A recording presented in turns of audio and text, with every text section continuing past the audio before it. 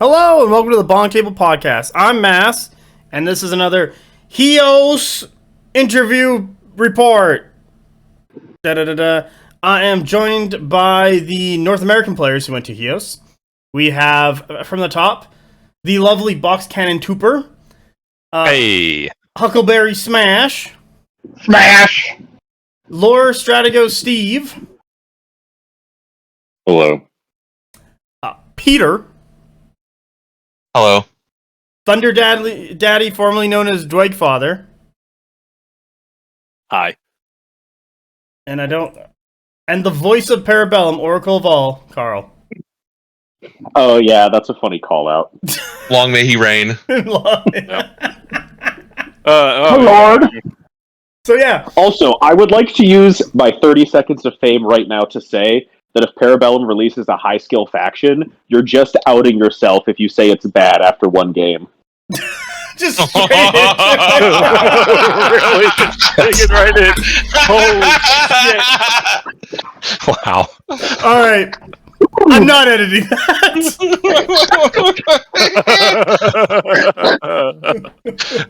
Fuck. Hit that BonkTable After Dark right off the top.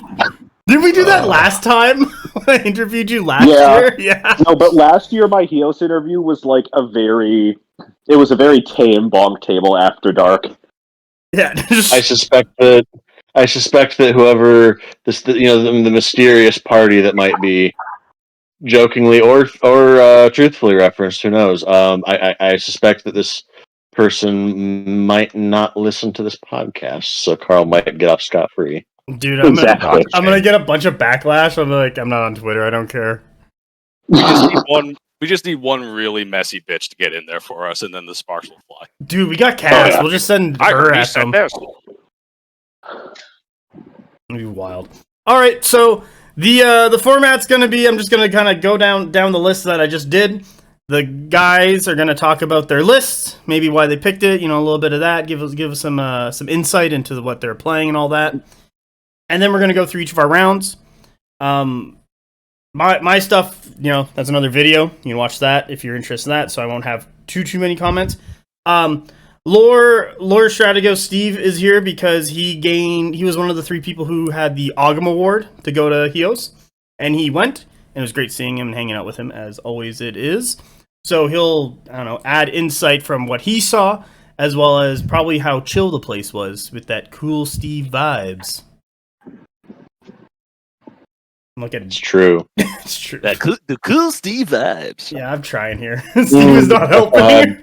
That is not a cool is not a vibe, or a cool and vibes are not like the terms I would associate myself with normally. Yeah, but Steve vibes sounds like a worse Steve job somehow. Oh. Like I hate that guy more. Hey, you're cool, Steve. He wears cargo shorts instead of turtlenecks. Yeah, sandals.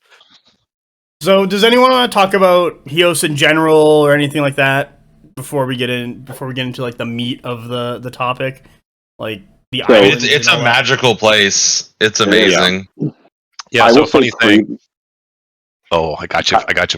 So, before we went to Hios, I was talking to my wife. Like, if we want to try to go next year, here's like the events I'm going to try to hit. Like, well, yeah, we should probably reevaluate each step of the way. And then we get there. And day one, she's like, "Okay, so when we come back next year, like this place is fantastic." That's what happened to me too. So real. My wife, Let's go.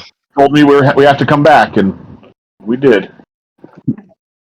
I was told that I need to either spend the morning or the evening with the girlfriend if we ever return. There's too much Conquest talk.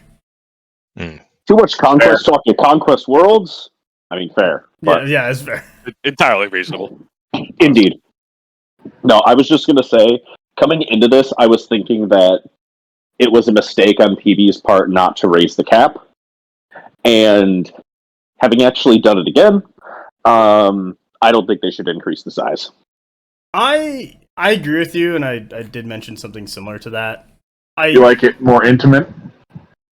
Yeah, I mean, it's definitely one of those, just the fact that we actually did the tour on the southwest side of the island this year. They tossed all of us in a Greyhound bus, basically, and carted us down. And, honestly, it was just fantastic spending time with the other competitors. And I think one of the reoccurring themes that will hit, like, I sent Rob Shepard the photo for his article, but, like, this is a community event. Like, we show up there, it's Worlds, but it feels casual. The vibes are good. It's obviously, it's competitive, but we're there to have fun. All of us from North America obviously know each other, and we've gotten to know the internationals over the last couple years. So it's just, we're there to have a good time and be on the beaches and kind of just, be there as a community. The tournament feels secondary lots of the time. Yeah. Also, like, the discussion around Conquest is, like, greatly appreciated, because I found, like, that level of discussion I don't see or hear from a lot of the time unless I'm actually, like, talking to you guys. But it was great to see from, like, other parts of the world, too. And, like, everyone was there for that. I don't want to use the word, like, higher level discussion, but that's basically what it was. It was, like, hitting a lot of the points of stuff where it's like, oh, there's more. There's always more, but I quite enjoy. You're not arguing with people that don't understand how fluid formation works or how threat ranges work. Yeah, there's a baseline competency that we all get to. Yeah, no one played anybody that questioned every single thing about how their opponent's army worked. Yeah. Anyways. Are we hitting lists or something else first? Nah, is anyone want to talk about Hios or add anything to that? Because, like, to be honest, Carl, I agree with you. I said the same statements. I could possibly, I was thinking while you were saying that, I could possibly see it getting just a little bit bigger. We did already at, like, 16 players, like, more or less, just because of the logistics of the thing, like, kind of separated into various groups or whatever. So I feel like it wouldn't be that much different. But I wouldn't ever want to see it go above, like, I don't know, maybe like 32 people at the most. I fully respect keeping it smaller too. Well, it was interesting because everyone kind of had their groups, but then at the same time, the groups were kind of intermingling a lot, and you'd kind of have people jumping around back and forth, and that was honestly the best part, I think. Yeah. Oh yeah, absolutely, yeah.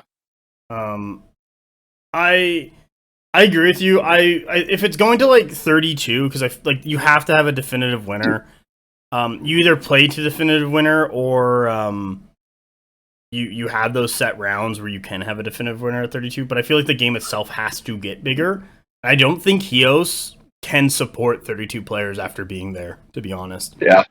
No. I do agree with our discussion on the island, though, of, like, 2 slots per region. And if your region doesn't take its second slot or doesn't use its slots, like, those slots can go to another region. But it kind of already does, but it's more locked in to try and get more of a spread. Sadly, that does affect America, like, as the largest region. But seriously, you guys should just be 2 different regions.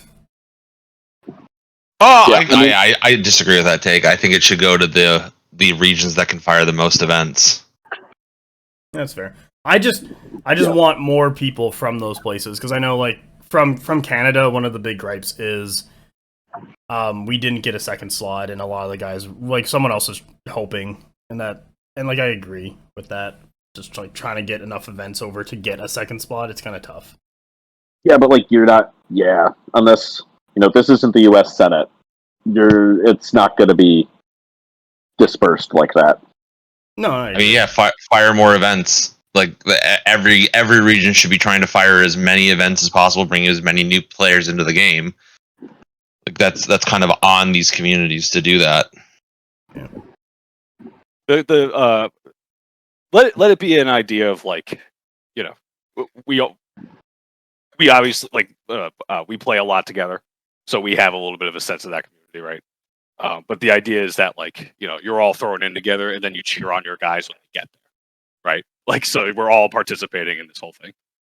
So fire those events, get up for it, get hyped. Yeah, well. Absolutely. Okay then, Canada, get your ass in motion. More events. Got to go to Calgary next month. Got to support the events. Yeah. Cool. All right. Should we get into? Let's start with lists. Box Can Trooper. So the reason why I'm calling him Box Can Trooper, little funny story, is that Kyle, who is the 8 Chariot guy, got his Competent Conquest jersey. We all got a group photo together, and he turns around away from me, and I read his shirt real quick, and I go, Tooper. He's like, what? Yeah, there's no R, man. So he's forever known as the Box Can Trooper. But anyway, what were you playing? What was your faction? I was playing City States, of course, as I played all season. No, I hard switched pretty last minute to Sorcerer Kings because Sorcerer Kings busted, and City States not. So I was playing Rain of Fire from a lobotomized ape. Fuck. I love it. Yeah, That name is so good. Yeah, you can at least give background on the list name. I think you could probably do that better than I could. No. You played it. Carl can't take all the hits here. What was it? So Carl, at some point in the bonk chat, had said that a lobotomized ape could play against a competitive player with Sorcerer Kings and win. So I capitalized on that. Because this comes hot off the heels of me taking what was a fairly sweaty Sorcerer Kings list to the Indiana GT and then proceeding to just fall down several flights of stairs. You didn't lose the child. This is true. This is progress. I forgot if I told you, but his dad was messaging me about lists, and I sent him the meme. Which one? You got so many out of that. Or no, the screenshot of the kids here. He's back to finish the job. Oh, that one. Oh man. Anyway, so yeah, Maharaja Warlord, fire and air on him. 4 ghouls, 5 flame casters, 2 sword dancers, Raj with the blender combo, and an air sorcerer, and then Shulat on Maharaja. That's it. Very simple. It's a good list. Yeah, so I built this list for 2 reasons. One, it batteries up the rituals like crazy fast. I could potentially have 4 ghouls and 2 spellcasters on the table turn 1. I could potentially have a ritual turn 2, as well as 1 like halfway done, basically. If I get everything on. And then I was kind of prepping this for the Sorcerer King's Mirror to be able to out-activate. So that's why I went hard into the 14 activations. Fucking activations are so rough. No, it's a good list and quite like it. We have a practice game that should come out at some point with that, if I recall correctly. Yeah, I was really looking forward to a Nords matchup at Hios. I was not, because you basically win that without any work. Yes. Yeah, funnily enough, like it kind of wins without any work against everything except Euroni. I think 100 Kingdoms. And other Sorcerer Kings, because Sorcerer King's Mirror is, it's awful. I think the 100 Kingdoms lists actually give it a little bit of trouble. Yeah, more than the others for sure. But it also has so much early pressure. Yeah. Sweet.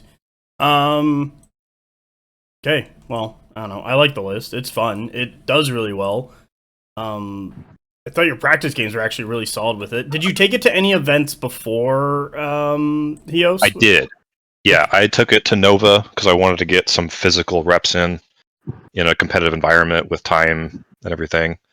I took 3rd there. I was undefeated, but we didn't have enough rounds to finish out to get an undefeated first place.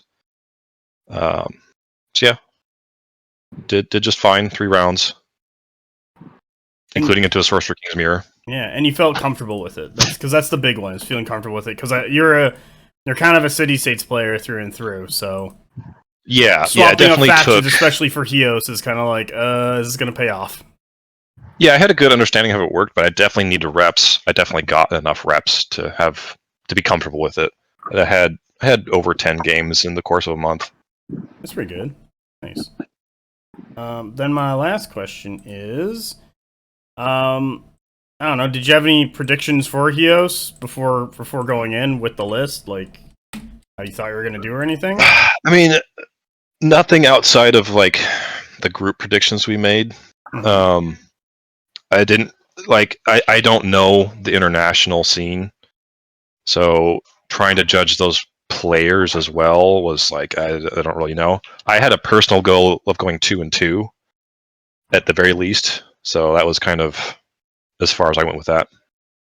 To be honest, I think that was like that was my personal goal, and I think it's a good goal, especially internationally. After seeing like the skill level of like the Polish players, where it's like, oh god, they are very good. Yeah. Sweet. Thank you very much, Huckleberry. I believe you are next on my list. Yes, you are. Tell us about your horse list, good sir. It's the most unique horse list out there. Everybody knows that, of course. It's better than Peter's because my warlord's the noble lord. Everybody knows that, right? Yeah. Right, Peter? No? What happened to Peter? I'm trying to shit talk Peter and he's not even here? How rude. No, he's here. He's just not talking. Okay. I'm here. No. Peter and I played the same list and it's pretty fun. But yeah. Noble Lord, 2 min units of household knights, mounted squires, min unit of men-at-arms, and then Priory Commander, Crimson Tower unit, Steel Temple unit, 5 in the Steel Temple unit. Priory Commander has Caliburn, Ship of the Lance, and then another Crimson Tower Priory Commander, and with Steel Temple, Crimson Tower. And yeah, you just kind of get into the face of Sorcerer Kings with it and just grind them down is the idea.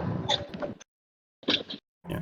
So what was so you're getting the grind. So what was your game plan with the list? Just like abuse fluid, because you did that in our game and it like fucking supplies the shit out of me how far you could go with that thing.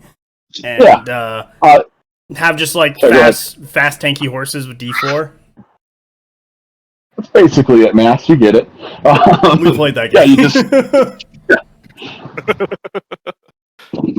Yeah, the idea is to just apply very early pressure. You're scoring turn 2 with zones that are 15 inches away from the board edge with your household knights, or you've marched on to zones ahead of that with your sealed temple. So you can score very early with it, and you out-threat a lot of people, especially with that the sealed temple brick. Yeah, it just kills what it touches generally. It's so good. It's so brutal and so good.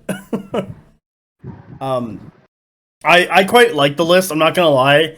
I was supposed to get a game in today, and I was actually thinking of just building that list real quick and playing that because I thought it was fun. Well, it's 10 points cheaper now, so you can put the mask on the mounted noble lord. Get that in or something like that. So did you take that list to any events? How was your practice leading up to Hios? I don't think I took it to any events off the top of my head, but I've played it a lot. I played a lot against Deco Puma. He's one of the locals that I play with constantly, and we theory craft and all that, and it did well into his SK. Okay, cool. And it did well into some of Euroni matchups we played out as well. And you played it physically into Deco Puma? Yep. Okay, cool. Did you do any? You don't do TTS, do you? Not really. I want to get into it, but I play I don't know. I probably play 3 games a week locally, at a minimum. Wow, that's a lot of games.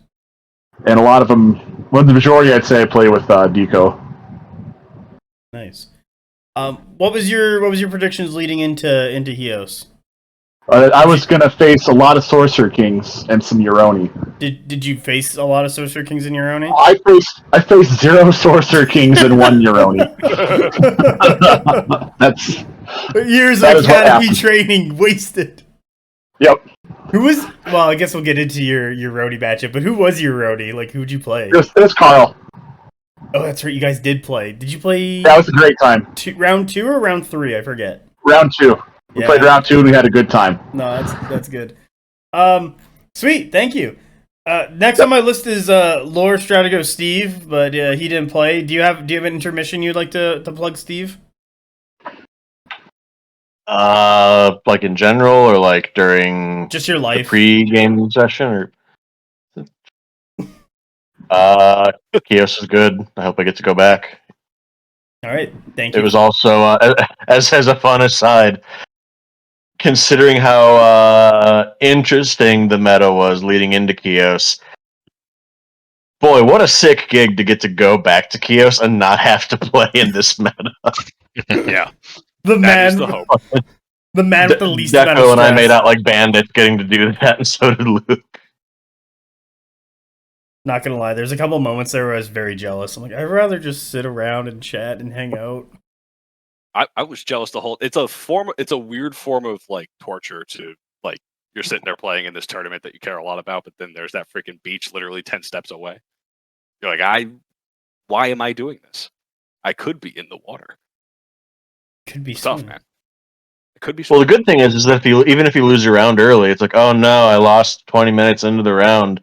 I can't believe I'd do such a, I can't believe I made such a blunder. Anyway, I'll be at the beach. Give me a beer, please. Thank you. How will Steve. I ever recover from this? Peter, you're next on the list. What were you playing? I was playing the same list Andrew played. You know. No, just you got a different warlord. Oh yeah, sorry. I have the Priory Commander as my warlord.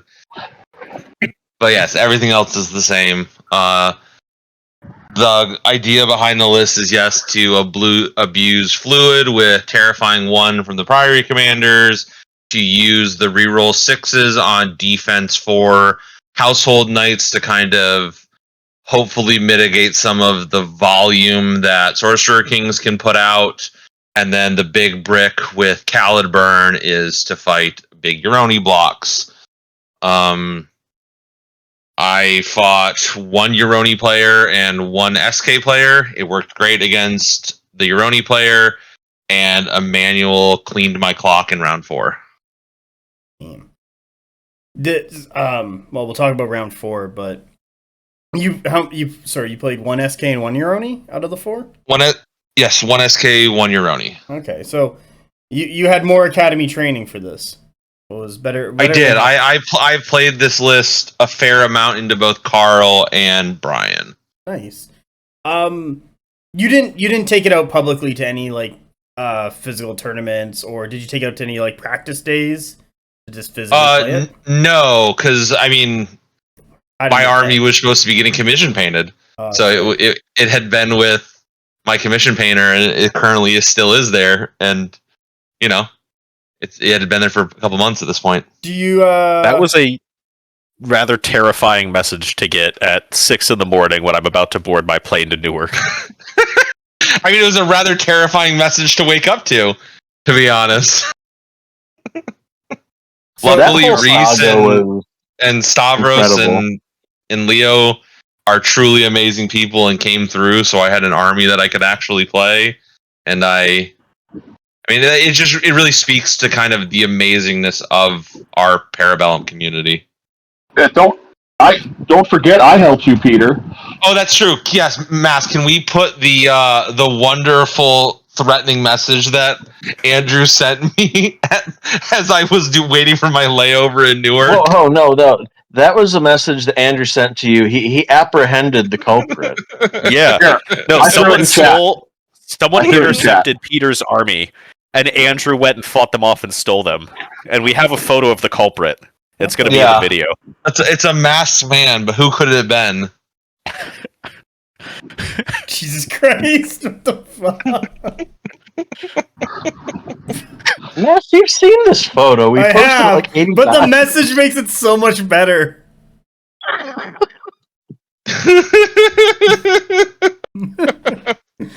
I still love how it's all at spruce. I'll timestamp. This will flash up at this point. I mean, yeah. I had to build that army all day Monday. Like I didn't go on the tour with everybody else. I stayed back in the beach with the PB guys, and Reese, Leo, and myself built 2,000 points of 100 Kingdoms. No, and then some fucker had the audacity to start complaining about it in Conquest General, and Saxon's like, you know what? I got this. He rolled up his sleeves for that one. Saxon is a truly amazing person. I really appreciate like kind of everybody on Chios kind of going to bat for me on that because it was genuinely a really shitty situation. And I don't know. Saxon burned me with cigarettes and yelled at me. And he drank all our beer. Oh my god, the beach beer. That is the record. Saxon drank all the beer on Hios. Did he actually? Fuck, we were trying to get the I don't know how we went through all of those cases in 2 days. Well, the part of the mistake was Mass being like, "Oh, rules roundtable. I'm just gonna plunk a case and a half of beer in front of basically Brits, everyone." The Aussies and the Canadians are all known for excessive drinking. Yeah, the Commonwealth players were all very proficient when it came to holding their liquor. But my favorite of the whole liquor saga was we run out of beer. Mash discovers this at like midnight at the end of the first day, like after the end of the first round, so like going into the second day of actual games, and he pings Stamo at midnight. No, he pings Stavros first, and then Stamo. No, but point being, he just like pings Parabellum's staff and just goes, "We're on the beach, we're out of beer, bring us more beer." And it's like, it's midnight, my man. We have priorities, god damn it. You miss all the shots you don't take, so I don't blame him. I could have been drunk. I mean, I'm not about to mock the guy who was trying to get us some beer. You know what I mean? Cheering him on from the sideline. Got someone. That was like a truly tragic moment, that realization. Alright, who's next? Thank you for sharing, Peter. Sorry. One last question, Peter. What was your predictions, or how did you think you were gonna do in Hios leading up to it? After we all got there, or like I know we did our own round table or chat before privately, but like leading in, how'd you feel you were gonna do? I thought I was gonna do pretty well. I knew Uroni and SK were gonna be a lot of trouble. But I worked really hard on kind of improving my game over the last year. And I've been playing rather tough US opponents for, most of that time. And I was really, hoping to do well. And yeah. No, it's good. Thank you. All right. Thunder Daddy, formerly known as Dwight Father. What did you play? What'd you bring? I brought Dwight home because the WAD list that I've been having good success with, Carl just like fucking picked up Sorcerer Kings, the new doc, for the first time and shit all over it. So I was like, oh, I guess I need to adapt. So yeah, you take a fucking Flamecaster Volley and you want D4, and I haven't played Dwight. So. But yeah, I just brought a tempered list. We're going to try to spam some characters, we're going to try to heal, and we're going to try to take advantage of the new Lost Ancestor and his Dwipple gang. Yeah, so those are like the overbalanced units. So I'm like, all right, well, I got a little bit of overbalanced stuff for this ridiculous meta. I tried it into Carl's Uroni. It actually had some success there. I'm like, all right, well, we'll just do our best into SK, I guess. And I fell flat on my face in the SK game. So, practice your stuff, kids. But yeah. No, it's all good. What was that, Matt? No, this is all good information. You've tell us about the list. You have told us about your practice. You only played on TTS, if I recall correctly, because you did this swap from Wadroon to Dweghome in like the last month or something before Hios, like pretty late. Yeah. And that was really to my downfall because I didn't get the practice. So, but the list is very simple. It's a Steel Shaper with Ballast Day. He's the warlord, so we're going to try to heal with the tokens. We're generating them with 3 more casters on top of that. So a Lost Ancestor, like I was saying before, with 2 units of Lost. We have a Carawag with 2 units of Berserkers. The Steel Shaper himself is bringing a unit of Steel Forge along with. And then I decided to try the curveball of Earth Sorcery with the Tempered Sork instead of the usual go-tos. We're going to try to fucking Roots of Stone and weather the storm. Did not work as well, but not because of the Earth Sork. Funny enough, because of other. No, it's good to hear. What was your own personal predictions going into Hios? How well did you think you were gonna do? The baseline expectation, this is I'm satisfied with this result, was going to be a 2-2 because it's Dweg throwing people a curveball, but it doesn't stack up that. It doesn't hold up that well, particularly to the particular we'll say overbearing nature of SK and Euroni at the moment or at the time. So yeah, 2-2 was the expected baseline. My hope was 3-1. Didn't get there, and yeah. So I'll take the baseline. Oh, good stuff, man. Thank you, Carl, voice of Parabellum and Oracle of All. What'd you play? I played Quintessential Euroni. Tell us about it. Brick Kitsune Warlord, fat brick of Kami with an Oni and an Origami, with the Oyabun with Trial of the Hikari Ishi for that D4, or for that Tenacious 2, Spider for the D4, 2 MSUs of Bushi, 2 MSUs of Ayakashi, an MSU of Damaru, and then last of the points rounded out with the Kitsune Warlord's unit, which was Origami, that had a Kappa in it as well. So very just, I don't know, it's the stat checklist, I think, the defensive stat checklist, whereas SK is the offensive and activation control stat check. It's not really trying to trick you, it's just throwing a lot of really efficient stuff at you.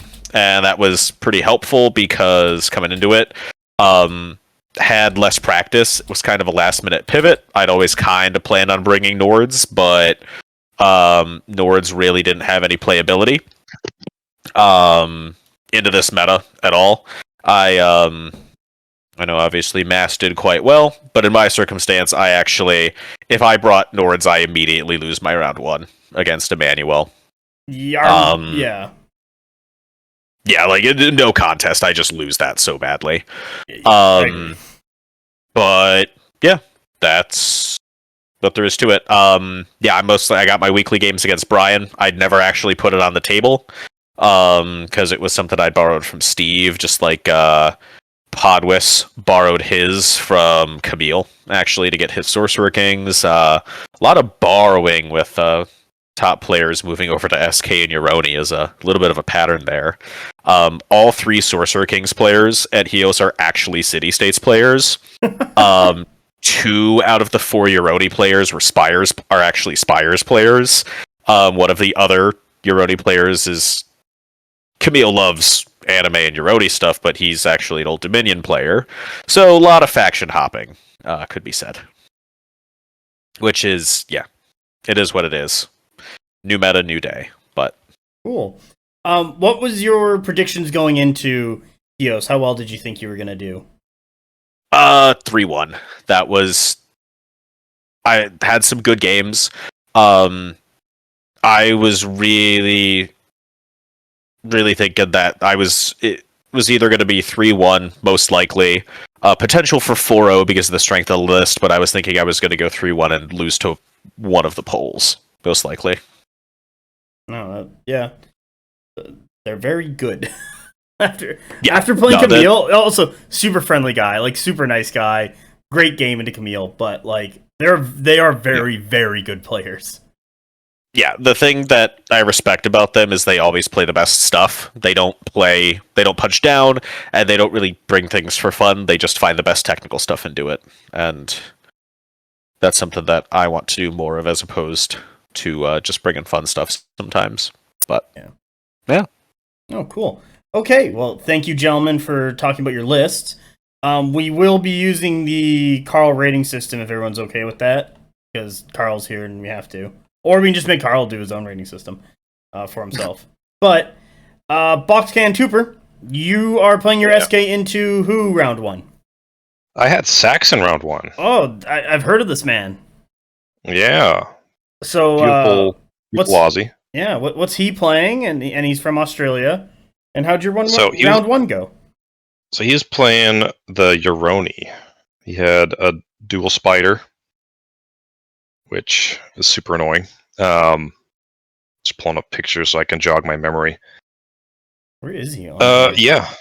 He what was the first mission? Was that his list name is Not Here to Fuck Spiders. Yeah. Which he definitely wasn't. We what is this first mission? Flank. I never remember what it's called. Decline Flank, yeah. So we played Decline Flank, the one where you shut off a zone each. I play a pretty standard like Horns of the Bull with this list. It just naturally wants to play that because it's a big long gun line with 2 like flank supports. So I deploy like that. I have a big building on one of my sides that kind of forces me to put my my Raj on the opposite side because he won't fit on that building side very well. Are you telling me he's too thick? Yeah, he's too thick. And then Saxon pretty much counter deploys everything on that flank where I have the Raj. So he's declined flank into me. Oh shoot! I forgot to pull up the score. Where did I put that? He's got an early score on me. The one thing about my list, it does not score quickly, but it doesn't need to because typically I just slowly roll through people and table them. However, round 1, the time was only 2 hours and a quarter, 2:15, rather than 2:30, which is more what I think everyone here's used to as kind of a standard. I know I was. All right, here's my scores. So I am trying to grind him out as fast as I can, which is not very fast. Yeah, so he's got me. So like going into turn 4 is about where things start to kick off. He's got me 16-2 at the end of turn 4. Wow. Yeah, huge lead, but I quickly start catching up. Pretty much, he like can opens that whole flank where he's counter deployed, but I sweep the other side and I'm starting to collapse onto him. So issue being though, my game went to time, so we didn't even finish round 6. And I had caught up 12 points. He was saying, and I agree with him, I started playing a little sloppy, knowing that we were about to end the game to time. I made some poor plays in that last turn that wouldn't have changed the outcome ultimately, whether I had played well or not. Like, he had me on points in time. There was nothing I could do. So yeah, end of the game 18-12, midway through turn 6. He had collapsed my one flank, but I was in turn sweeping the rest onto him. I think had time not been an issue, I would have narrowly won that game. No, that's good to hear. I do agree with you on the time thing round 1. That kind of sucked, and it actually caught seems to be like a bunch of players off. I think it caught everyone except Podwis, who was spanking Nick off. Oh, gosh. I'm sorry, spanking him off? Yeah, I was about to say, wait, what? Whoa. Gotta be careful, that he might be into it. Poor wording there. But yes, no, that was poor Nick. Super nice guy. Also, Nick is like 6'11". He's fucking crazy tall. Yeah, Hannah. Hannah didn't warn us, because like I'd interacted with Nick a little bit. Very lovely guy. Love the dude. Hannah didn't warn us that he's like 7 feet tall. Yeah. Yeah, dude. The dude, like, he could wear the xenomorph costume and I'd be like terrified and running for my life. Yeah. They should hire him. They should hire him. Bill. It'd be a good job. Genuinely, yeah. I think he's taller than the guy that played Jason Voorhees in like movies 6 through 9 or something. That's crazy. The I believe guy it. I think I in believe the it. alien costume was like 7'2".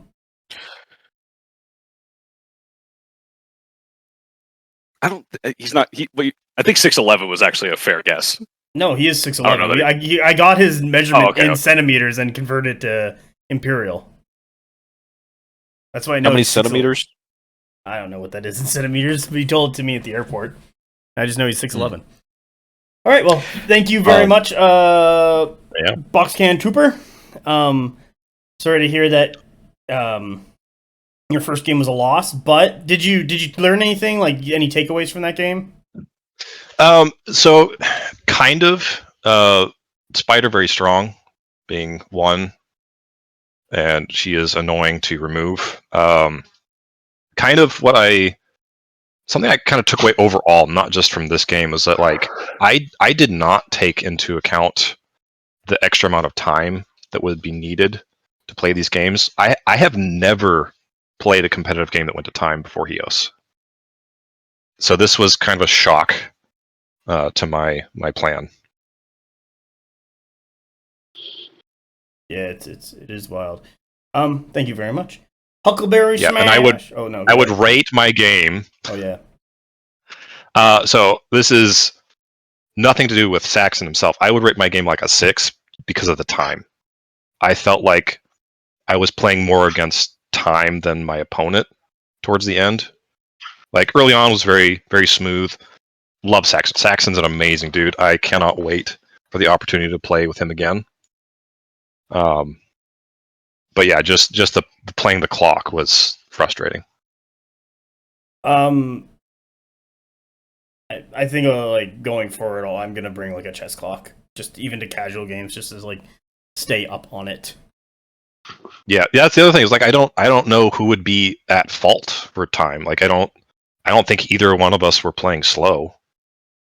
No, I think the problem is those SK lists, because I guess this will come up in mine, but like they just run into the problem of there's a lot of activations, and unless it's something like where Podwis had a list specifically designed, with Podwis having a lower count list that he played very quickly, it's just a lot of stuff to move onto the table and a lot of important positioning, and it just kind of takes a while to play the game. Yeah. And then like those extra 15 minutes that we got on the last few rounds, like we're competitive players. We can wrap up a game really fast, but those extra 15 minutes are important. Yeah, absolutely. They definitely made a difference in my later games. Like one of the big things I found about all of Hios is that everybody was taking the additional time to make sure they are in the right spot, because being a mill out is death, because of like just how lethal everyone is at this tournament. Yeah. Okay, well, thank you very much, Kyle. Andrew, also known as Huckleberry Smash, tell us about your round one. Who'd you play? What'd you do? I played Raymond out of Singapore. I played him last year, and we had a great time. And I was hoping I was going to play him again this year, and I did, and we had a great time again. Lucky bastard. So what was he playing? I'm looking at it. He's played a list called The Chosen Ones. I'm looking at it right now, and I didn't realize this, but his Thunder Chieftain warband is called The Horny Ones. Oh my god. And then his Predator warband is called The Chompy Ones. And his Matriarch Queen's warband is called The Deadly Ones. So that's kind of funny. Just a queen and 6 braves. Yeah. So I got ahead early in this game, and I stayed up on points. I would select zones to kind of keep select zones that couldn't score. So if he wanted to score, he'd either have to come forward and get very, very out of position, or he had to stay back and score. And he chose to stay back and score, which was probably smarter than just feeding things to the calf grinder.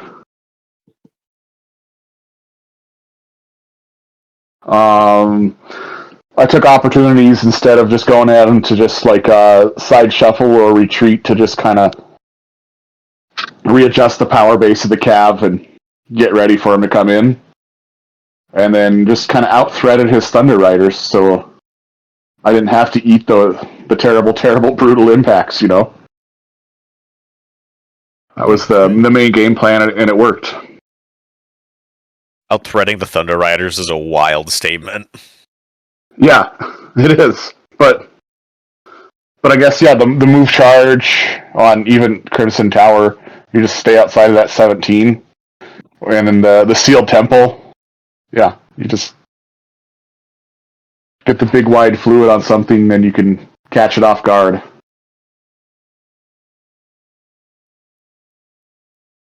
No, it's good to hear. So, did you have any trouble into his list or anything, or were you worried about anything?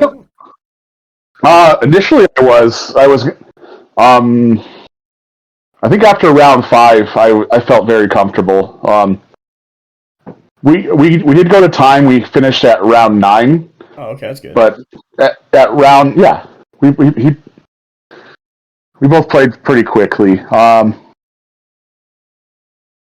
But at round 5, I felt like I had it and was more comfortable and was just spending my time more just consolidating to where I could just get the win no matter what kind of thing. Oh, that's good to hear. Thank you very much for your insight of your round 1. We'll move on to Steve. Steve, do you have any insight in our Steve break for round 1?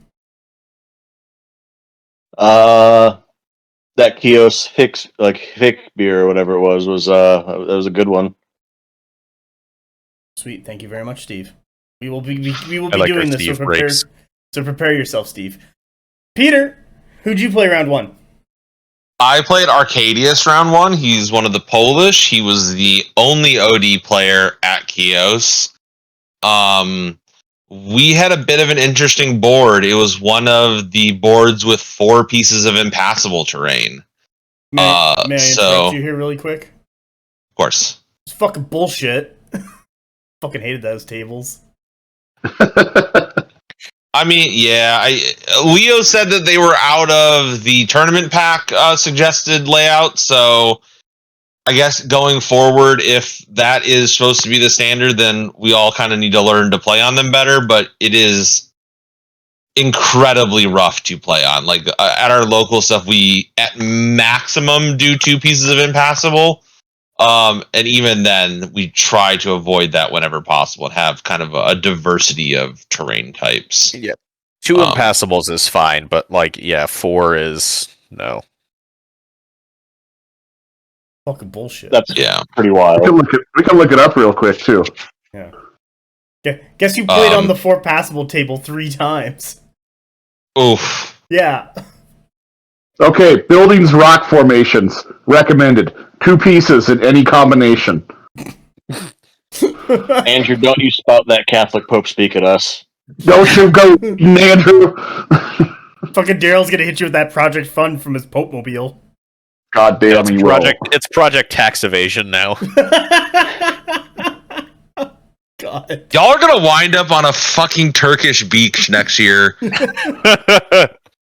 That's what you guys threatened to do to me. What, wrap me up in Greek flag duct tape and push me over in a kayak? We're free. We're finally free. Oh my god. There's some people in the community who would do it in a heartbeat. Unfortunately for them, they cannot physically overpower me. That's why you hit the gym? Christ. Jesus. Sorry for interrupting, Peter. You may continue. Yeah, I mean, it was a game. I kind of want to play this list as a mirror deployment, and unfortunately, because of his reinforcement roles, I wasn't really able to do that. The only thing I really could mirror deploy was his Prate Brick, and he put it in a position where it was protected on 2 sides from side charges with Impassable Terrain, so I knew the only way I was going to crack it was if I used the Crimson Tower to March Charge to get Line Breaker, and then hope that I can continue to do enough damage against them. And then we had this big open piece of like space in the middle, which is really the only place that my brick of Sealed Temple could go and actually go fully 6 wide if it needed to. And even then, I'm not like 6 wide would have been really tough to do. So I kind of deployed the majority of my stuff in the middle of the board. I put one of my small Sealed Temple MSU with Priory Commander on my left flank. I put the Crimson Tower on my right flank with Men at Arms to hopefully take the point afterwards. And then, he kind of got screwed by reinforcement curves and losing supremacies frequently. And I was kind of able to capitalize on that. He didn't have a super effective Killiark turn, unfortunately. And then I was able to... I traded both of my Crimson Towers for the Prate Brick.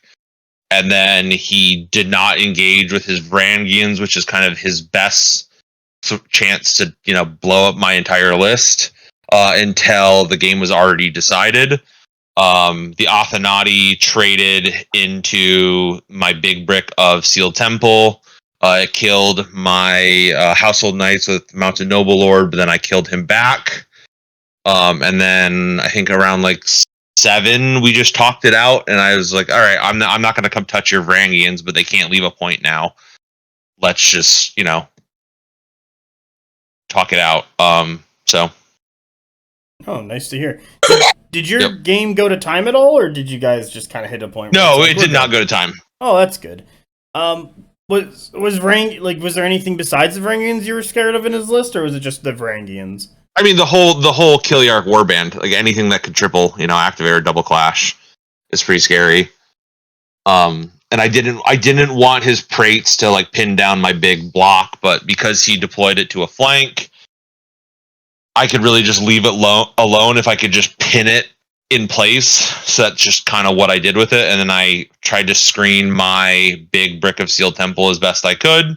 I was able to. It let a list that I should have had a really, really bad disadvantage into let me come up with a win with it. So nice job, man. Well done. Thank you. Welcome. Sweet. All right. Thunder Daddy, formerly known as Dogfather. Who'd you play round 1? Who'd you get? I played Brandon. The British guy. The British dude. The British guy. Yeah. Really awesome guy. He's super nice. That guy's awesome. I enjoyed talking with him throughout the entire event.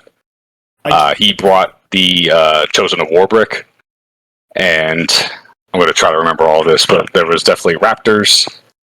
There was like an MSU of Braves. I think he had Predator and Hunters. Yeah, that was because I rolled horrible and Deadly Shot. We'll get to that.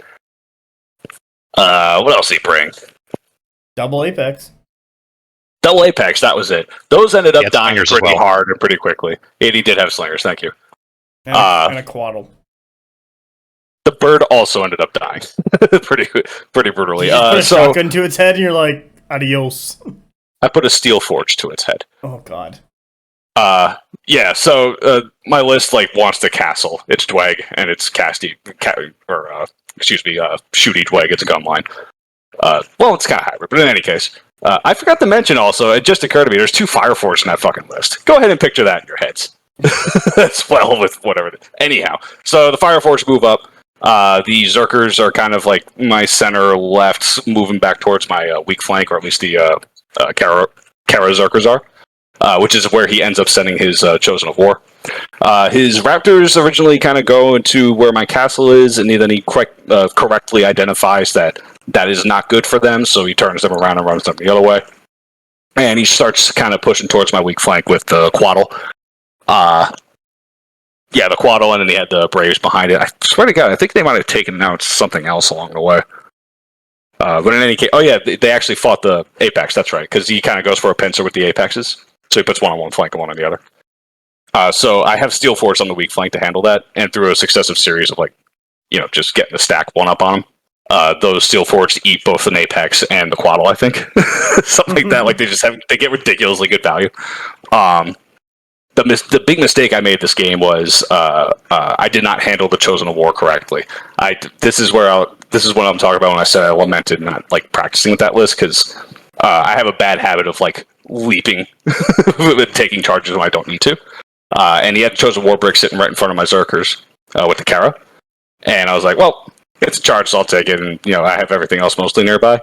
Not as nearby as they needed to be, especially because he was already pressuring the other side with his other Apex and the Slingers. So the Zerkers basically ended up dying for nothing. So his Chosen War were able to move through and start wreaking havoc right in the middle. That would have been okay, except because I had the Ancestor with Lost sitting right there, and they were ready to start doing their fucking ridiculous blending. But he shot them with a 100 deadly shot, and I rolled like 5 6s or 6 6s or some fucking shit. So it broke the unit. So I couldn't charge it. And I was like, all right, well, dice punishing the bad move. That game did not go to it. I think it ended round 5. And I made some fucking mistake on which one I was supposed to turn off. Like I didn't read the field correctly, so it actually put me behind. We were tied up until that point. So that's on me. So it ended round 5, and he was like up like 1 score worth. So he ended up taking the win. I think I was winning on attrition until that deadly shot spike. Then it was looking a lot more dicier because Chosen War sitting there right in the middle of my lines. I think I still, because the Steel Forge was steaming ahead, so I think I would have eventually won on attrition. As if I did it in time for score, that I don't know. That's harder to say that early in the game, but yeah, no. Brandon played very well. It was a fun game. I enjoyed it. And I think this was the only game, because Aaron made a joke about it, but I think that was the only game of Conquest that the UK has won at Hios. Did he win any other ones this no, he won in 3'd. Well, you're welcome, UK. I fell on that sword for you. Send me some fucking tea and crumpets or something. I don't know. Because I played him round 3, I'm pretty sure. Yeah, because he was in the 1 and 2 going into round 3. Because you got the triple pair down, right? Yeah, I did get the triple pair down. God, they gotta redo that app. Yeah. Tell me about it. Yeah. I'll rate that game. I'll rate that game a solid 6. Again, I'll kind of echo Kyle. Not for anything that Brandon did, but for my own missteps and misplays. Is there any what were you scared of in his list, and then also what was your lessons learned or any takeaways you have for that game? Just the heavies. The rest. I apparently should have respected the hunters a little bit more, but they were going to take that shot and fucking. I got to practice the flick of my wrist or something. I don't fucking know, but the Chosen of War and the Apexes needed to be answered properly. I answered the Apexes, no problem. The Chosen of War, I fucked up. Okay. And that definitely was going to cost me in the long run. So it's a meaty brick. Don't get me wrong. It takes a while to kill them. I mean, they're also tailor made for Dwag, right? They're fairly high defense. I've got high cleave, but there's only so many sources of it in that list in particular. And then they're cleaving the shit out of things and line breaker and all that. So yeah, and he's got Tenacious on them too, and he healed them in my game with the Matron Queen. Did he do that in your game? I'm pretty sure. Yeah, towards the end. Yeah, towards the last turn, he probably popped one on there. Yeah, I was like, God damn it, they're coming back now. Yeah, the final score was 12-10 or something like that. Oh, wow. Yeah. Well, thank you for your round. Cheers, Brandon. Yeah, good job, Brandon. Yep. Sorry for your loss. Let's get into Carl. Who'd you play round 1? So I had Emmanuel, also known as King of Nothing. And he was playing Fire SK. What was different about his list than the other SK players' lists who are all running Fire SK? So he was 1 card below Kyle. He had 3 Flamecasters, 2 Sword Dancers, and then some more upgrades. So he had the one where he auto-unbreaks at the start of every round, so he can fire that off, and then immediately fire a Dominion to heal army-wide, so it really have to put stuff down on the list. to that reason, decline flank was actually a pretty nice scenario for me on this one. Basically, in this matchup, my strong flank is way better at strong flanking than his, and his weak flank is way better at weak flanking than mine, because he outcards me by a lot. He can afford to throw 3 elementals down my weak flank, and I can only really afford to put 2 birds, or just 2 units in general, down mine. So he's very much advantaged there, and is usually going to turn out. I have to drive hard and clean out his strong flank, basically, or whichever flank my blocks are running down, because they need to be together so that they can get support. But yeah, it was a very good game. The big one, or the big differentiator for this one, is I actually autoed my Tengu Bushi on turn 2 instead of my Joragumo. I still rolled the Joragumo in, but that's one of those scenarios where you actually need... Like, the Joru's very important for casting, but the Tengu have that 20-inch range for scoring, and those scores are important on declined flank. That was actually... I think I beat him by 1 or 2 because of that scoring lead that I got on turn 2. Wow, I didn't realize. And basically... Yeah, I mean, it was one of those, like... Because we only got to, like, halfway through round 5.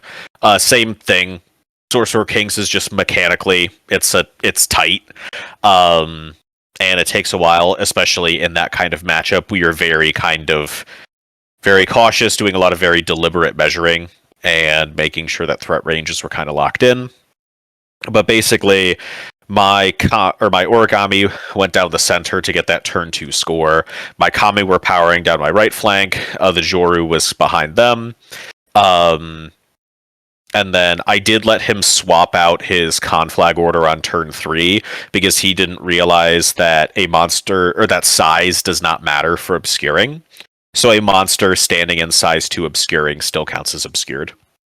Just fucking head poking out of the woods. Hello there. Yeah, it was the field, which is even funnier. So yeah, like, I knew that ruling, he didn't, so I let him change around the order so that he could get a turn of scoring, because... I don't know. I'm not the kind of player who's going to win because of like that kind of mistake and my opponent not knowing that rule. Especially something as unintuitive as that, to be honest. And they changed it like, what, a week and a half later? Yeah, because it was pointed out to them. Yeah. But yeah, no, it was a good game. I was winning attritionally. Basically, when we got to the end, he had powered through my weak flank and had his elementals there. I'd powered through his strong flank. His sword dancer block with the Super Killy Raj did blow up my Origami in one shot, but he lost 3.5 out of the 4 stands to lethal, and the Kitsune go down fighting, and then I was just going to pick him off with Tengu, Ayakashi, that still had to activate. And then at that point, I'd already neutralized a couple of his Flamecasters and some goals, so he's basically sitting there with none of his screens left, and the Kami Brick just kind of eats the rest of his list. But then at the same time, the scoring delta is still about 2 to 4 points because he's sitting there on my weak flank just scoring out. Then I can only turn off one zone, so... No, it was a very good game. I'd give it a 7 or 8, mostly because of the round timing, because it would have been nice to finish out that game. But Emmanuel, we'd had some run-ins on Discord prior, and I'd actually... those who know me know I always like to be very exceedingly pleasant in person. I'm blunt on Discord, very, very different in person. So I talked to him beforehand and was just like, hey, your army looks great. I know we've kind of had some rough interactions on Discord, but just want to say it's good to meet you. Hope we get the chance to play and just kind of get to know each other better. And he was like, yeah, no, that would be fantastic. He was telling me how he'd built up a relationship with Podwis and the Poles because they'd played, and he was hoping to get that chance as well. And then, of course, we immediately get each other round 1 and play. It's a fantastic game. He's a great guy. We talked a lot through the lunches and just the rest of the tournament, and we're hoping to actually host him out with us for Adepticon up in March, so that'll be really fun. Yeah, super nice guy. Get ready, America. Genuinely. Yeah, this will be... I've talked about it a little bit. in Bonk, but we'll say that this is that little spoiler for people who actually listen to the episodes. But Adepticon is looking like it's going to be a hell of a Thunderdome for who's coming out, so it'll be a good time. I'm excited for it, to be honest. It's just going to be great hanging out and seeing people again. Absolutely, that's the best part of this. Yeah, I always tell people, you don't plan your day or you don't plan your trip of Adepticon around Adepticon, you plan it around the dinners. Okay, well, thank you very much, Carl. And we'll get into round 2 with the Mr. 8 Chariots, also known as Mr. 5 Flamecaster. What was who's your round 2 opponent? What did they play? And let's hear it out. Also, the scenario is head-to-head. Sir Nicholas. He's the Xenomorph. No, Nick the German Nick. Yeah, the guy who's 6'11". Oh right, yeah. We talked about that. How insane that must have sounded from Kyle's perspective for half a second there. Yeah, I was like, well, I wouldn't call him that, but yeah, I was just joking around. I was joking around earlier. If you put him in a Xenomorph costume, I'm like, I'm fucking done. Like, that'd terrify me. Yeah. So going into more Uroni, he's only got 1 spider, so I'm feeling a little bit better. However, you mentioned terrain. This one, so we're playing head to head. I have a little history with head to head, starting with Adepticon. Love Yanni. Yanni set up my terrain to me and Peter's game at Adepticon, where he put Impassable in front of my objectives, so I could not easily get to them. And now, here at Hios, I go into 4 Impassables, and guess what's on my side of the table with the big objective zone? Yeah. I have a channel where I can narrowly fit an MSU through, and that's it to get to the objective. And I'm like, no, I'm not doing this again. I called over basically all the judges to make a stink. Like, look, this is absurd. This is a huge disadvantage for one player, in this case me, and I would not want this on my opponent either. This needs to change. I said perhaps choicer words than that at the time. But they changed it. They swapped some of the terrain around, so I didn't have as narrow of a choke going into the zone, and that placated me enough. Yeah. So the terrain forced me to not play Horns of the Bull as closely. I had to split because I now have an Impassable straight up the middle. So does Nick. And I have a large Impassable just kind of offset to the outside of the table going into the big zone. So I kind of situate most of my force going for the long side of the table, going for the objective that's worth more points. And I just have like enough to hold out on the other side long enough for me to sweep. And I run into the exact same thing I did on game 1, where he gets ahead of me on points, and I am slowly winning, but not fast enough to beat the clock. And yeah, again, I lose on time as I am sweeping the flank into his what's left of his force. That game ended 21-12 on the end of turn 6 this time. So I actually got through turn 6. That's good. Was even with the 15-minute increase, it was just still you needed more time to do everything properly?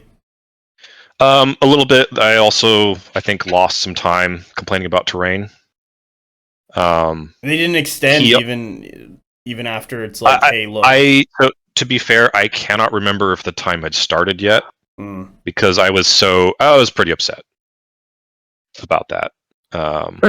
Rightfully so. Yeah, and then he also had a pretty important maneuver that he was measuring out that didn't end up working, so that sucked a little bit of the time.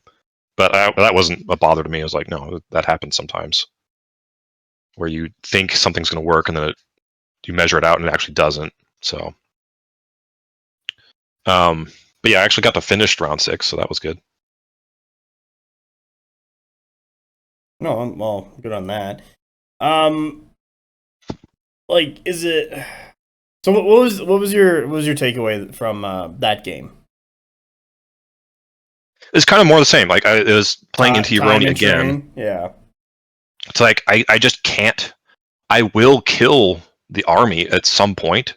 I just can't do it fast enough for a timed round. Did you get any Euroni games in your practice before going to Hios?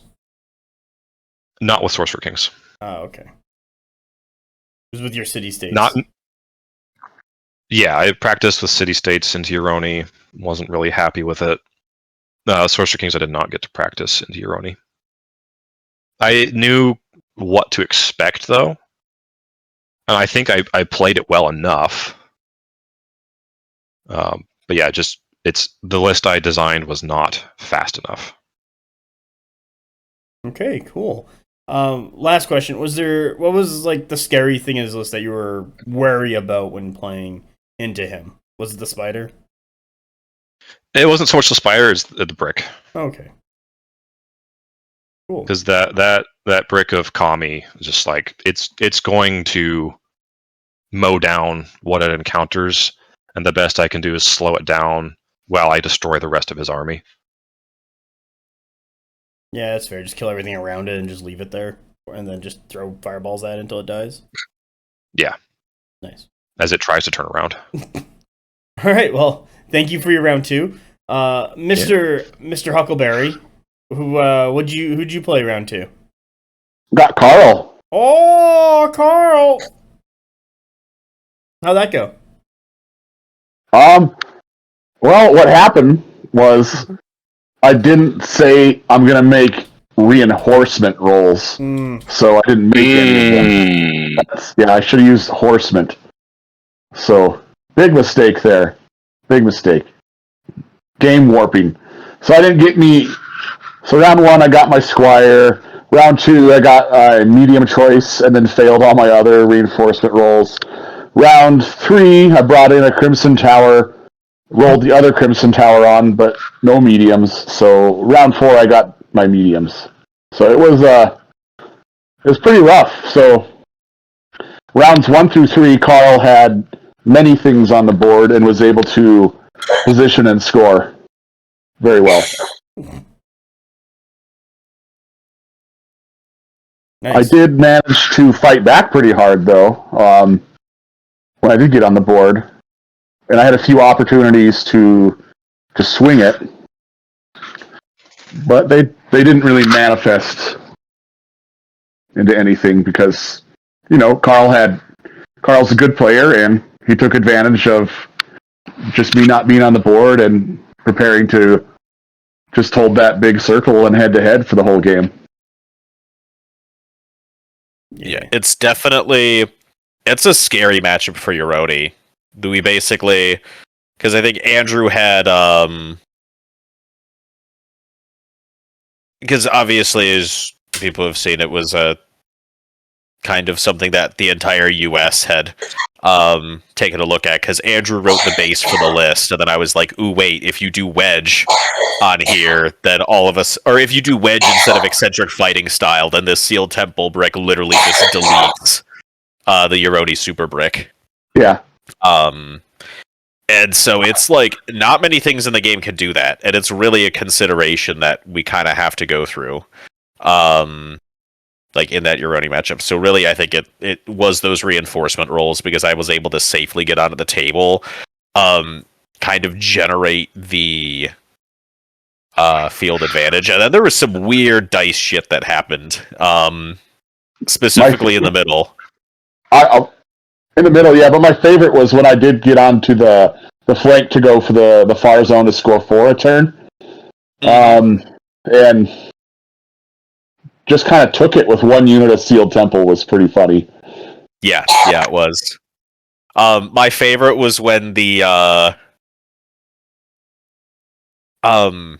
origami and the kitsune actually just like picked up, or like I clashed because I wasn't supposed to kill. It was just going to keep maiming the household knights, and then they just died. And then my block just ate a full face charge from the Crimson Tower after that, and it was like, True. I didn't want that to happen. Yeah. But it was good. It was really being able to capitalize on those, because then, so of course, his Sealed Temple Brick is coming in on turn 4, and as usual, it's high priority activations first, then stalling, then low priority activations like the counter deploys and bringing stuff on the table. So the last thing that Andrew brought on, or the last card Andrew had on turn 4 was his Sealed Temple Brick.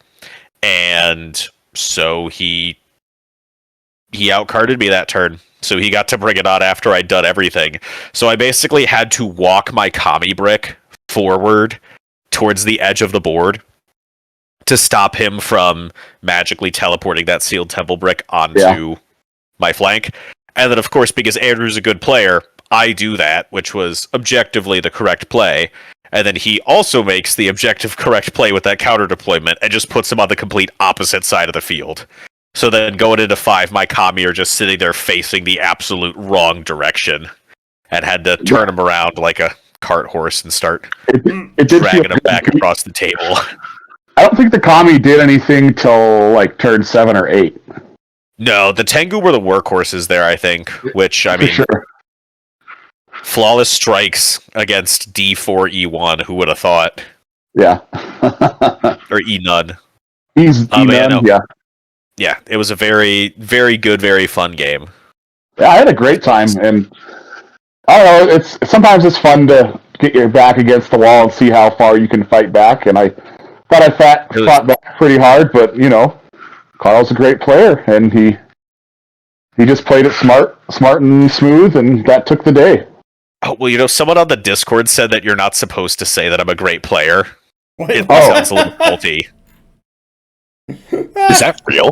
It sounds Oh my what? god, yeah, Brian, I'll send it to you. It was some bumble out in like the hills of Iowa, and Camille, we'll get into this in the last round, but like there was some pre-existing beef with like the Roll Claw guys, and so the fact that I played Camille and he won, and it was like the most fantastic, enjoyable game for both of us, like that was big.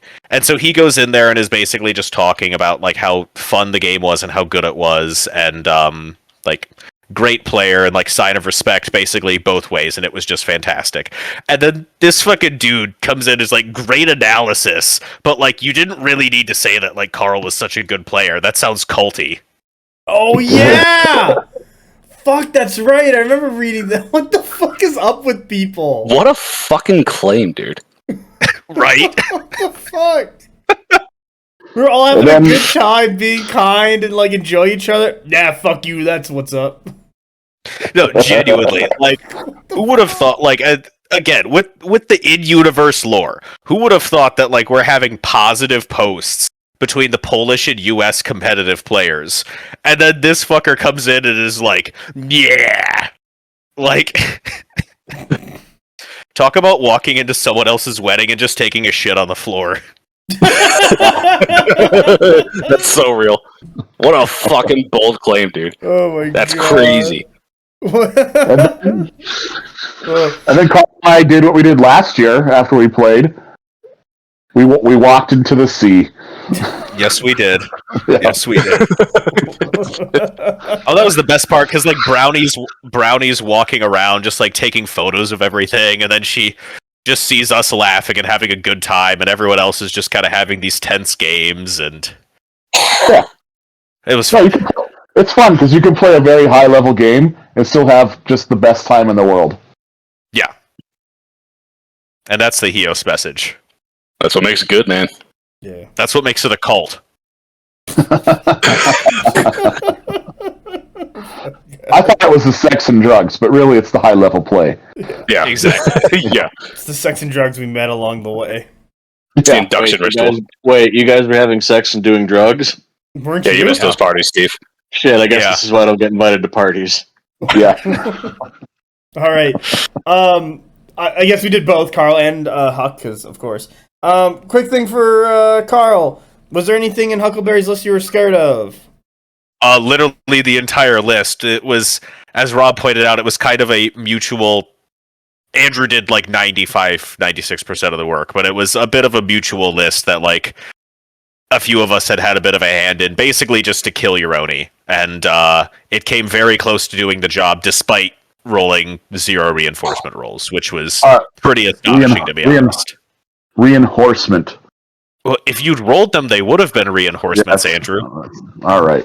I can't argue with that. He did say they're reinforcement. He's like, I'm gonna do my reinforcement rolls, and I looked up at him and like turned to, and I was like, all right, nice. I could. Because he forgot to say that against me. Yeah. And then he.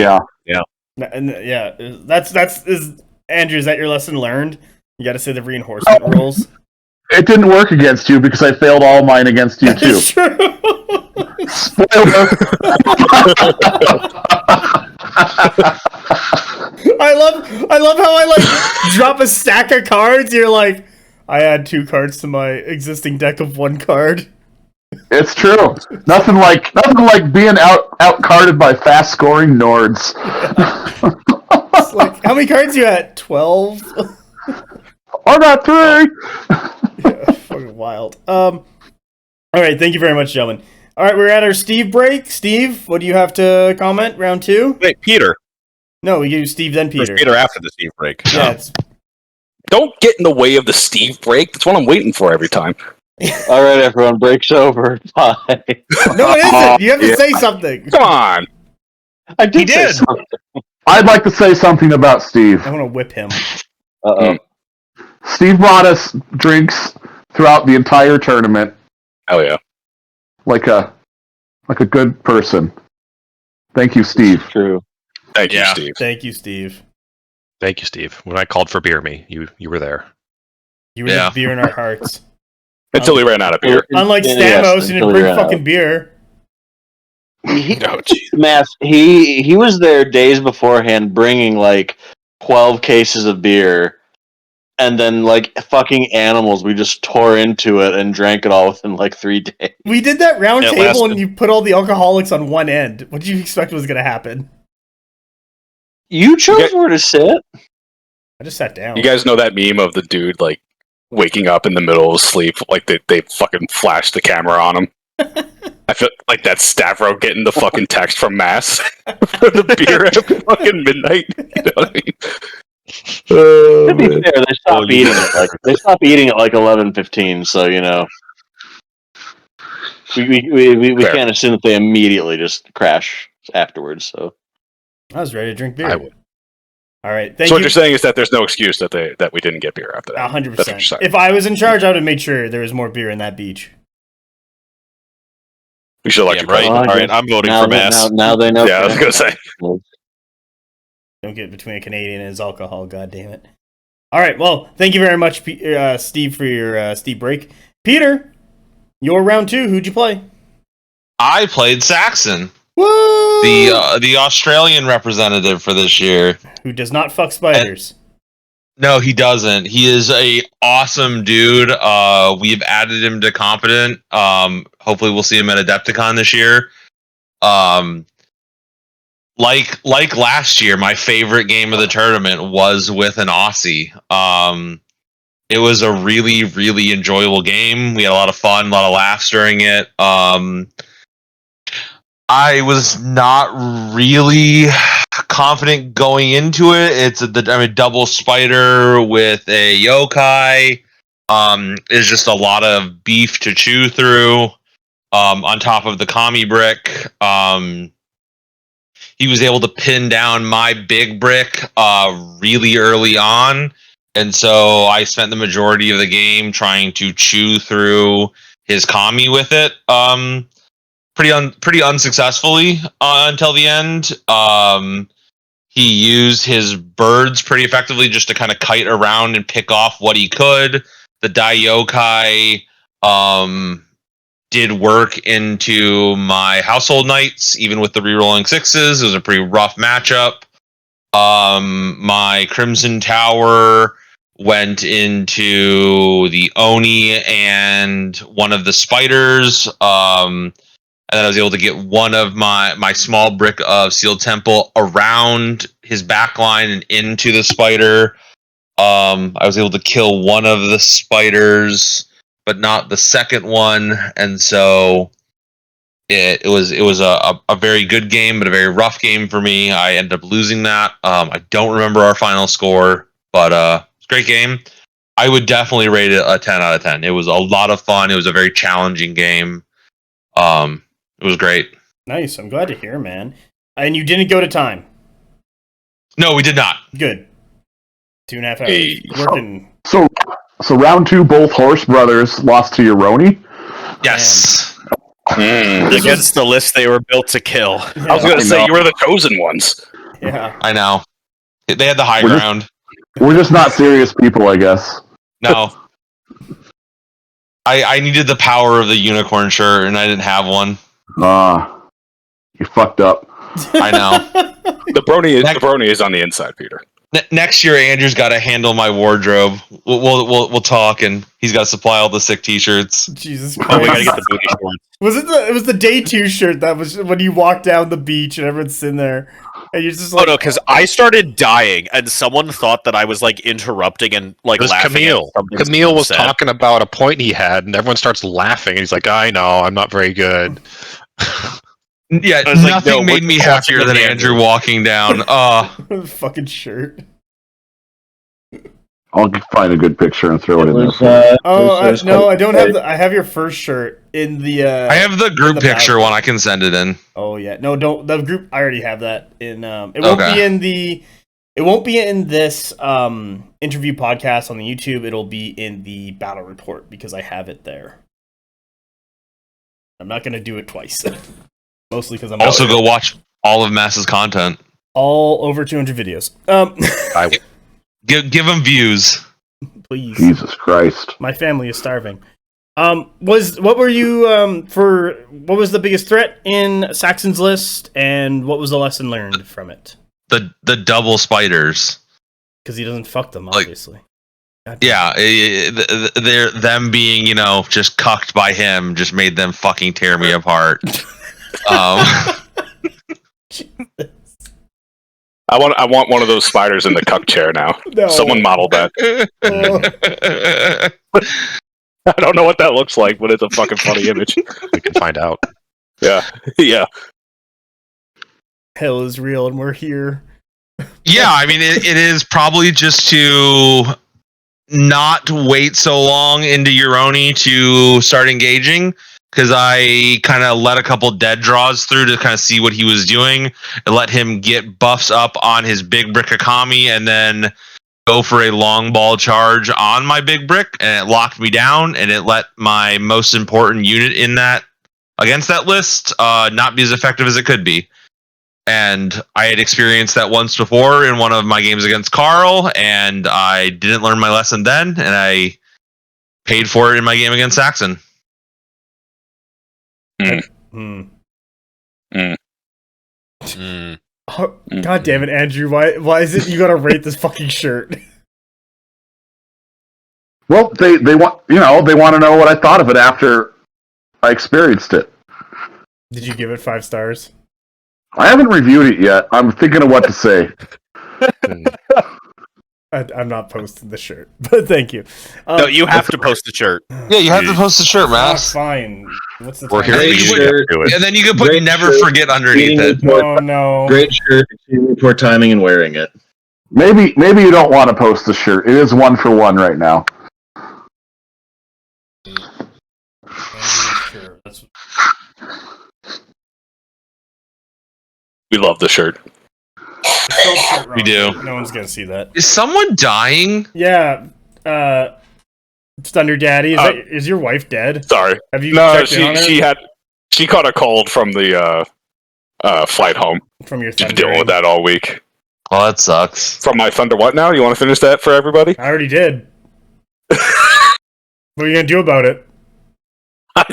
That's between you and the algorithm, brother. We know I fucked that thing to death. Okay, well, thank you very much, Peter, for your games. Thunder Daddy, tell us what you were in round 2. Oh, Jesus Christ. So, I'm not going to talk about why that's the case, but everyone will know that that's actually a perfect segue into playing Ray.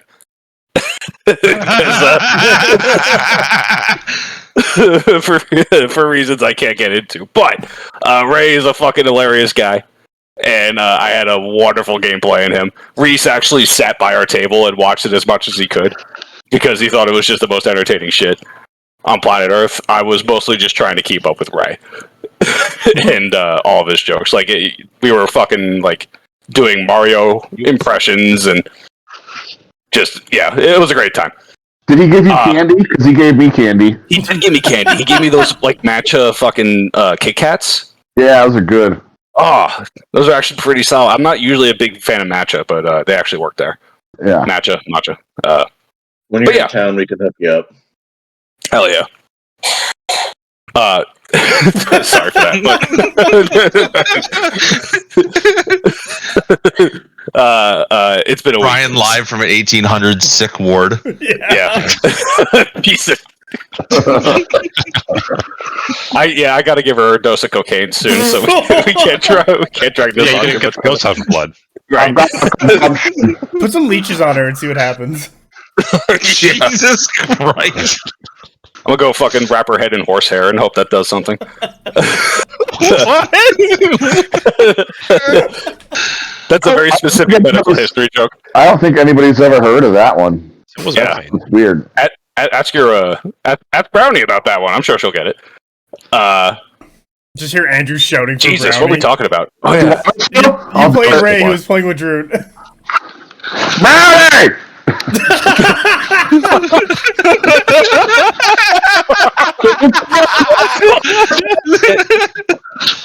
Oh God. That had such fucking Ozzy Osbourne shit fucking energy, man.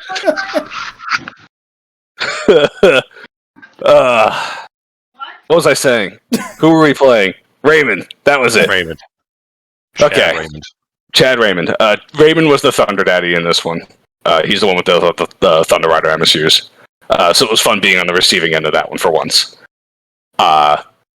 Yeah, it was just, God, what's the scenario? It was head to head. So I basically just refused flanked into the friendly because my whistle wants the castle and it doesn't want to fall behind on time. So that's my best bet of doing that in head to head.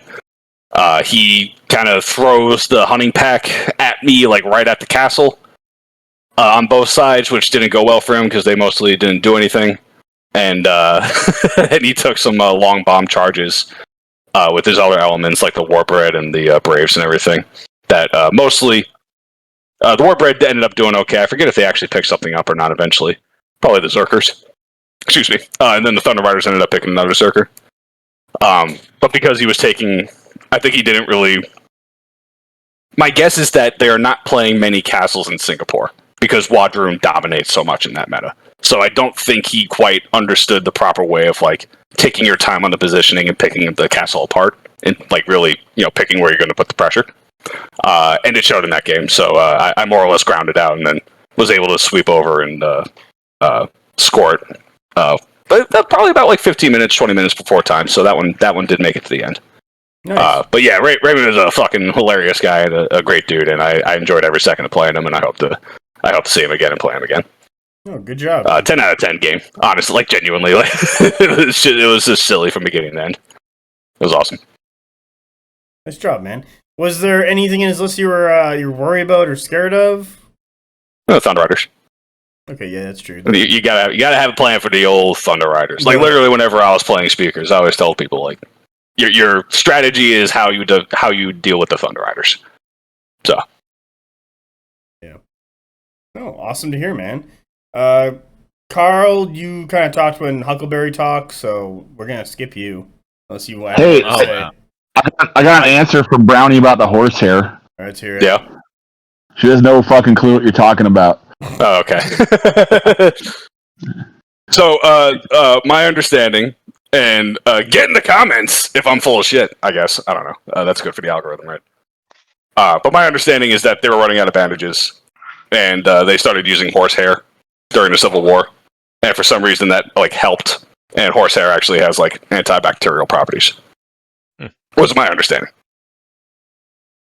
Damn. So I'm not about to sit here and say that like this random thing that I remember reading like a while ago is absolute fact or true. But it was like the specific thing I was referencing. This sounds like some by RFK Jr. right here. Yeah. Yeah. I mean, I've apparently told like multiple medical lies over the course of this vacation. So You know what? We'll pass on this knowledge to the Cronenberg Conquest crew. yeah. God. It's part of Conquest Aftercare now, just wrapping heads in Conquest horsehair. Aftercare? Is that what you need after dark? Come here and get Yeah. your clothes. I'm just gonna make horse sounds now. Yeah. He's making horse noise. You imagine just like, I'll just cuddle you and I have Andrew here making horse noises to relax, to like calm you down and relax you after. It's my new ASMR. Oh, Just Andrew making horse sounds. Let me know how much money that makes you on YouTube. You put on OnlyFans and probably make a quick $500,000. It's not about the money, Steve. It's about sending a message. Oh, sweet. Okay, Kyle. Your round 3. Round 3, day 2. Yeah. So, okay, quick intermission. How did everyone feel after day 1? Starting with you, Kyle. Good. I mean, I was a little down, 0-2. Like, I still can meet my goal, but like, it's not looking great right now. Okay, no, So, good. That's about how I felt. Yeah, I hear you. I feel you. I'm glad you did pull through though. Huckleberry, how do you feel about after day 1? I wanted to be 2-0, but sometimes you just don't get that. So I was really rooting for Carl, my strength of schedule buddy. Yeah. There is a plant called horsetail. Oh, is that still being litigated back there? Fantastic. Call me a liar right now. Let's do this. There's a plant called horsetail. It is inflammatory and analgesic. Well, there you go. You may have heard that. It's in research stages right now, but it's not like wrapping horsehair around your wounds in the Civil War. Where did I pull that from, man? I'm really starting to think I just like fever dream random things into existence and fucking just inflict it on other people. No, this is worse because why is Brian dreaming about like wound dressing in the Civil War? He's gonna I don't know. Because he's been reincarnated as a Civil War general. Right. All right. I don't know. Look, maybe I just had some like bad Taco Bell while watching fucking Ken Burns and I fell asleep and just started fucking hallucinating shit. I don't know. Are you gonna start holding your hand above your head to balance your humors? God damn it. My color is rising. Someone wants to tell me that Brian is the reincarnation of Joshua Lawrence Chamberlain. I would believe it wholeheartedly. I've heard him yell six bayonets before.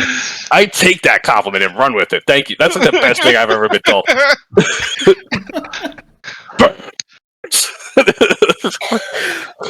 No, because I swear to God, I don't think I fever dream this, but I've heard Brian yell "fix bayonets" on a voice call before. Oh my god!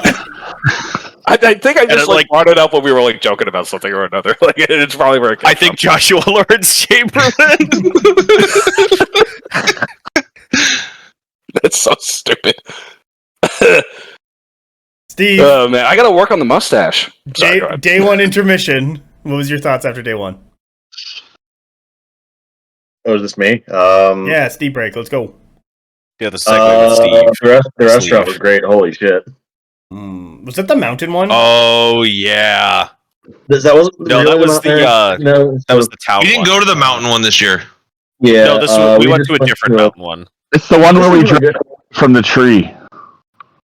Who's fucking in Oh yeah. No, Jesus And Christ! we had to listen to Hunter say "Opa" to try to annoy Stavro every like 5 seconds. Oh yeah, that was true. I yeah, would that was never incredible. join him in that. No, you would just not throw at all. fucking shit at me for an entire dinner. That was my wife. Oh yeah. Okay, Oh my God, so no, this is I fed a stray cat because it was cute, and then it wouldn't leave me alone, and it was really sweet, and it kept pawing my leg trying to get more because those cats are well trained. But I couldn't have that, so I started tossing food at Peter's feet so the cat would think that Peter was the one feeding it. I didn't know Peter was allergic to cats, but that became a lot funnier after I found that out. Oh my god. So I was not aware that Stavro partook of alcoholic drinks. I thought he was kind of a teetotaler, but he was just like, you guys have to try Suma. And it's like, what's that? It's like, it's kind of like Ouzo, except it's more just moonshine made of fig, I think. So he ordered a little bit of that and had us all try it, and it was a good moonshine. Not moonshine in the sense of like unrefined, but just it's basically just straight liquor. Yeah. But it was good, and food was great and very plentiful, and Stavro was very frustrated trying to explain to Hunter the proper usage of the exclamation "Opa," but Hunter would not listen. I did get him to fist bump me on one of them, which is more than Hunter got, so. Also, I can't go into the anecdote here, but that was one of my favorite Stavro moments at that dinner, where he was informed of information that most people probably would not be privy to, and the look on his face as he was processing it was incredible. Okay, DM me, Steve, because I don't remember. No, Steve should just share with the podcast. No, one sec. I will. I won't share it with. No, fuck you. I won't share it with the podcast. Or rather, this will be fun. At Casey. No, I'm doing this in the thing. Are you writing a fucking paragraph? Like writing a book? I enjoyed the look of horror on Stavros' face. Here we go. I want a live Carl reaction for the audience. Oh yeah, I remember this now.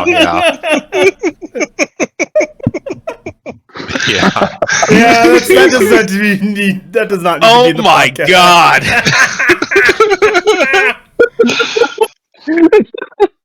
Yeah, we showed him. No, He was like, you have to show me this, and then we show him, and he's like, what? And it's like, yeah, and he's like, why? And I feel like we should say it. That's the true. No. This is special. This is special, like esoteric knowledge. No, they have to know, Steve. Yeah, they have to know the truth. People must know. Someone say it. I'm not going to edit it out. Whose fucking intermission is this? It's mine. It's yours. It's the Steve intermission, but like it gets worse every second. No, it's better if no one knows, because now it's a fun mystery. Now they can start speculating. No. Somebody just changed Steve's BonkTable name to what it is. Oh my god! I can't put that juju on Steve. I can't call it. Fucking exotic. Man, why do fucking people hate a good mystery? Peter, what was your thoughts on the end of but day for one? some reason, like. No, go ahead, Carl. Sorry. No, for whatever reason, this conversation reminded me of the BB round table with Brian sitting back in the rocking chair looking like John Wilkes Booth about to shoot Lincoln. Yeah.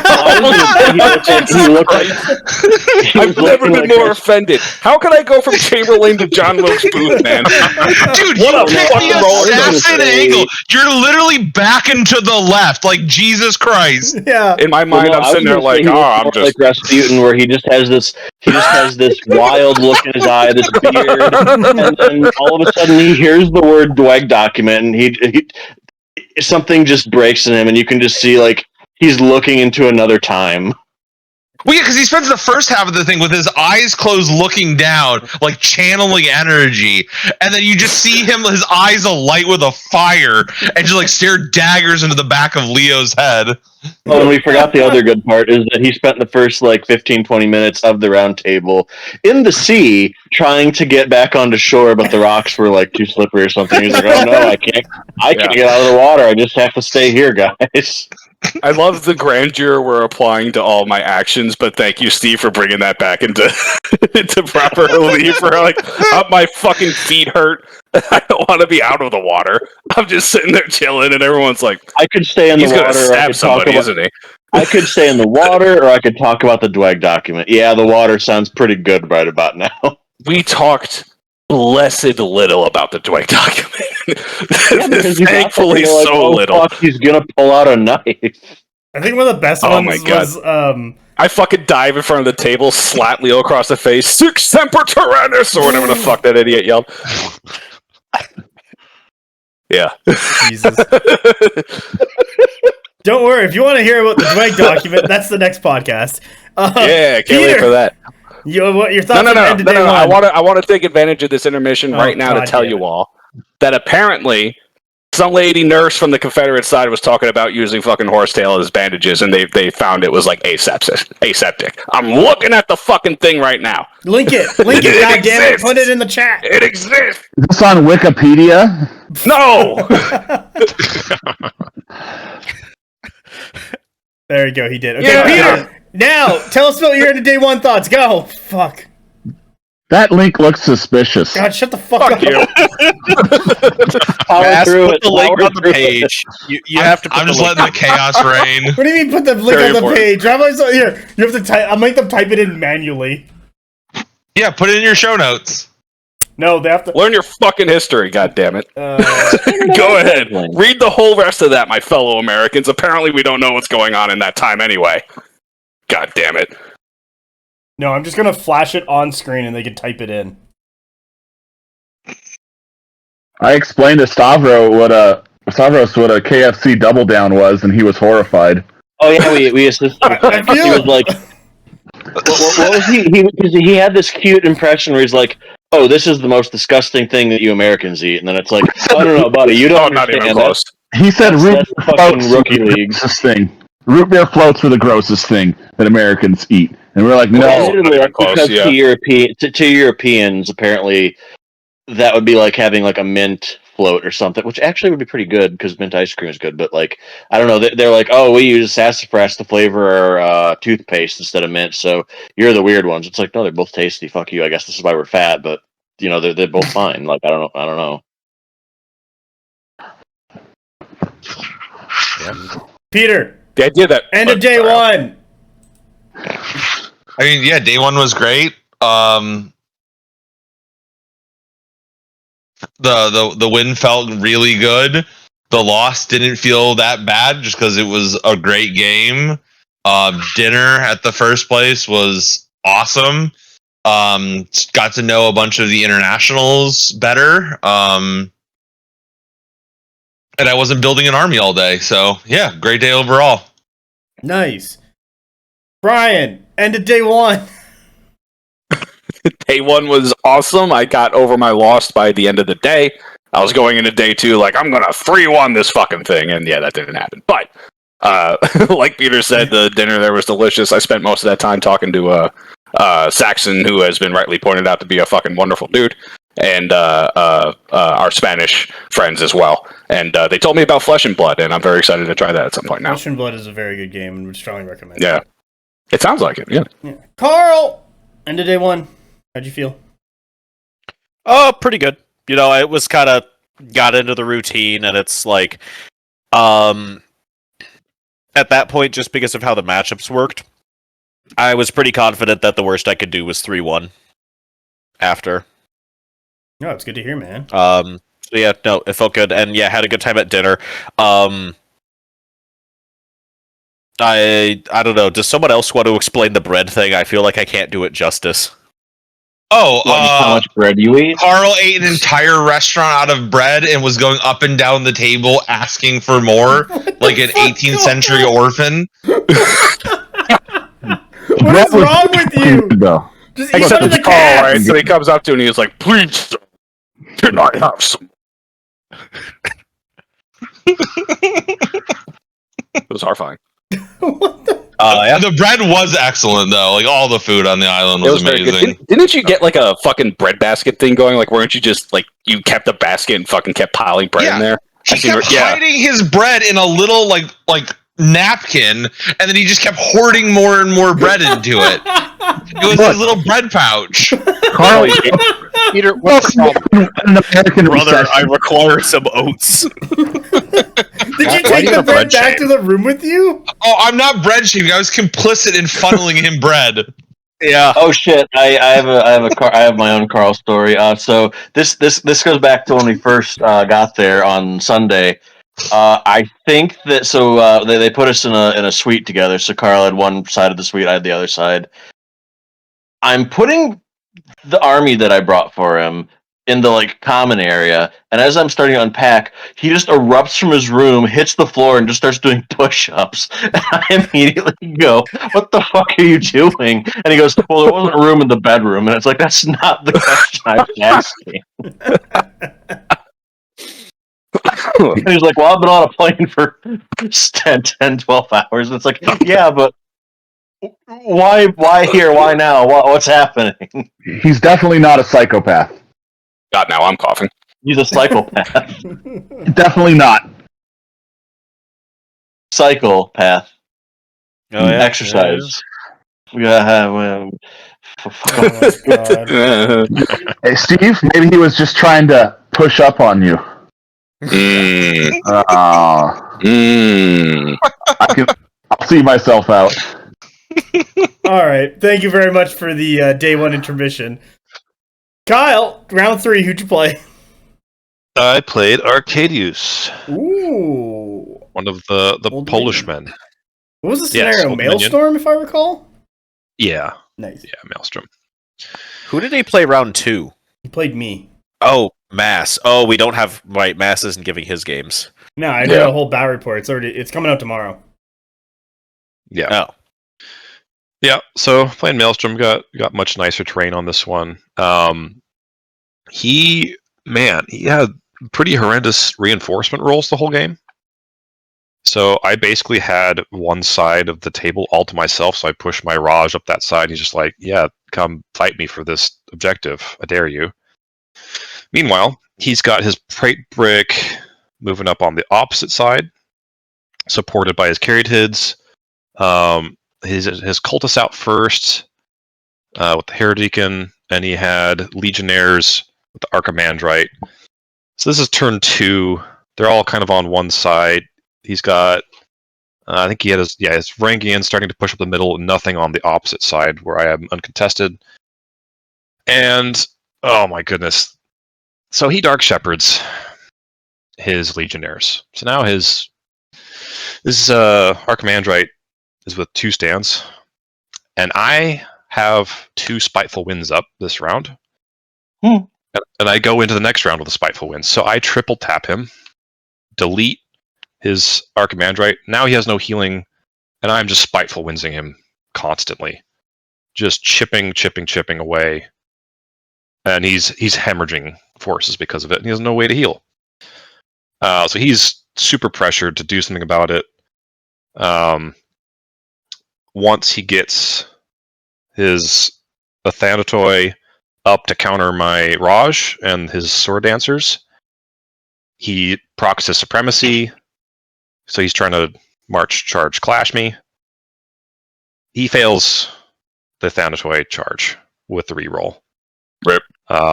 So that was real feels bad. The Varangian never made it into contact before I blasted them to pieces. His Caryatids are kind of poking at my Flame Casters, but I'm just healing back with Fiery Dominion. He does gun the Praetorian block down. I think he just took out 1 block of Flame Casters, then I countered with Sword Dancers and my Maharaja's Ghouls. It was a bloodbath. We played to round 5, and then we just worked out the score from that because he had nothing. He was in pieces. Spiteful Winds. Like, I was using Spiteful Winds in Theuroni, but it is not as effective because of the spiders and their ability to heal and hand out defense. But any other army, you start throwing out that Spiteful Winds, and it is abysmal. I hate Spiteful Winds. It's a very good spell. Or Yeah, sorry, it ritual. hasn't been nerfed all that much. I mean, you can't spam it anymore, but it's still pretty good. It not having a range is my issue with it. Yeah. There's no place. Yeah, to not hide having it. a limitation on it is a little weird. So yeah, like 25-5 on that one. I actually matched his score. I wasn't behind on points on that one, so I was much more comfortable in this game. It was a much better matchup for me. And it didn't go to time, so that was nice. Nice job, man. What were you scared of from his list or his army? Honestly, probably the plate block. I was worried of getting bogged down on it. The Athanatoi and Varangians was like not as worried about because I knew I could kill at least a couple stands before they hit me. Okay. And it turns out I could kill all the stands before they hit me. So yeah, the plate block. Nice job. Guys, check the chat. I saw. Beth, you have to put that in the video.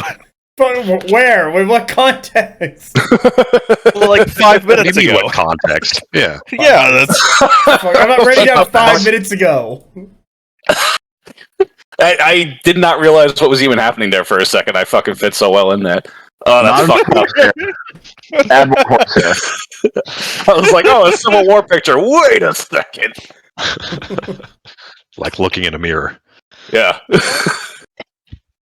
Well, Brian, in real life, you always look like you have the Civil War stare. Especially when he's standing behind Leo at a rules round table. The assassin's there. Sweet. All right, thank you, Kyle. Huckleberry, Yeah. you're round 3. Who'd you get? How'd you play? Carlos, so I played some Wadroon Ooh. again.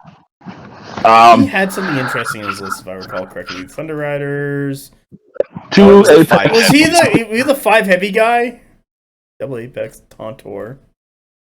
Yeah, and two Thunder Riders, yep. Yeah, the 5 heavies. There we go.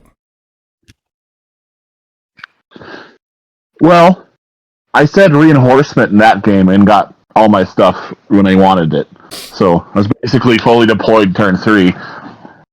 I think one turn I scored 2 zones just about every turn for the whole game. Nice, man.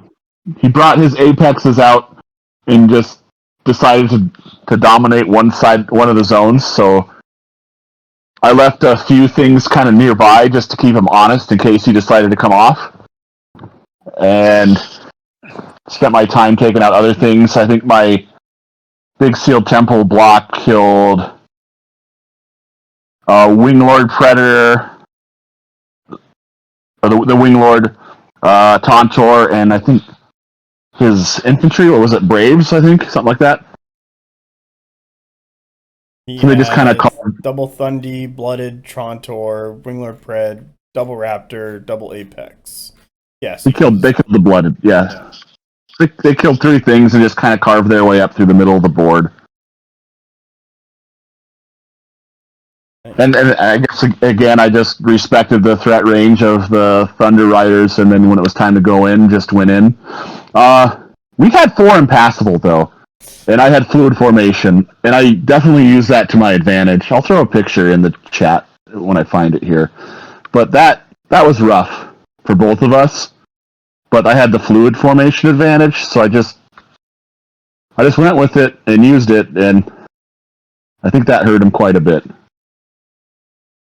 And that flew. In I'm reality. actually really surprised you got so much work out of your big block of seal, just kind of ripping through a ton of things. Yeah. I've been playing horses a while. I want my horses. I know what to do. It was 4 pieces of impassable diagonal across the board, is what it was. And I would just kind of skirt around him a little bit so things he'd have to try to move charge me instead of just charge clash. Okay. And then I had things set up to where if he had just move charged me, they would get hit by the next unit kind of thing. So just a lot of positioning to get ready for counterplay. I don't remember the score, but I pulled pretty far ahead on that one. No, sounds good, man. What were you scared of in the list? I was scared of him getting his reinforcement rolls, and he kind of just went average on them. So, and mine spiked, so I didn't have to face both of the apexes till like round 5. I think is when he got a second one on round. Oh no, he failed both of them. That's right. So he didn't get his apexes on till like 4 or 5. Ooh, that's not good. Is what it was. Yeah. Can you imagine though if he got that whole thing on turn 3 and be like, oh boy. That would be. I mean, I think that's why we rated the list as highly as we did. Yeah. Review, because it's like in one game he'll roll all the heavies on 3, and his opponent might just lose. Yep. I was afraid of that happening to me, for sure. So, but when he had the 2 apexes on and he was like primed to start ripping through stuff, that's kind of where I was wary of what he was going to do. So I had to keep a few things behind to keep him honest. Like if he came off the zone, roll a sealed on there real quick just to score it or something like that. Oh yeah, I get you there. No, well done. And you didn't go to time. What's good? Is there, I don't know, anything else you want to add, or you're good with that? Oh, Carlos is very fun. Fun guy to play with. It's fun to talk to. Yeah, just another great, enjoyable opponent. Oh, it's good to hear, man. All right, well, thank you, Steve Break, round 3. Again? What'd you do round 3? How's your day going? The first day had excellent weather. It was like, I'll let you convert this later, but for our U.S. idiot listeners, it was like 85, but there was a very nice, pleasing breeze, great all-around weather. Day 2, it was like only 2 degrees hotter. It was like 87, but there wasn't really as much of a breeze. So even in the shade of the tent, boy, it was real grim. Very, very, very stifling heat for someone like me. So, there's the live Steve, not even live. There's the Steve weather update from like 10 weeks ago. Thank you, Steve. Peter, However long it is to listen to this. who did you play round 3? I played Nick. He returns. Damn. He returns. He returns. Yes.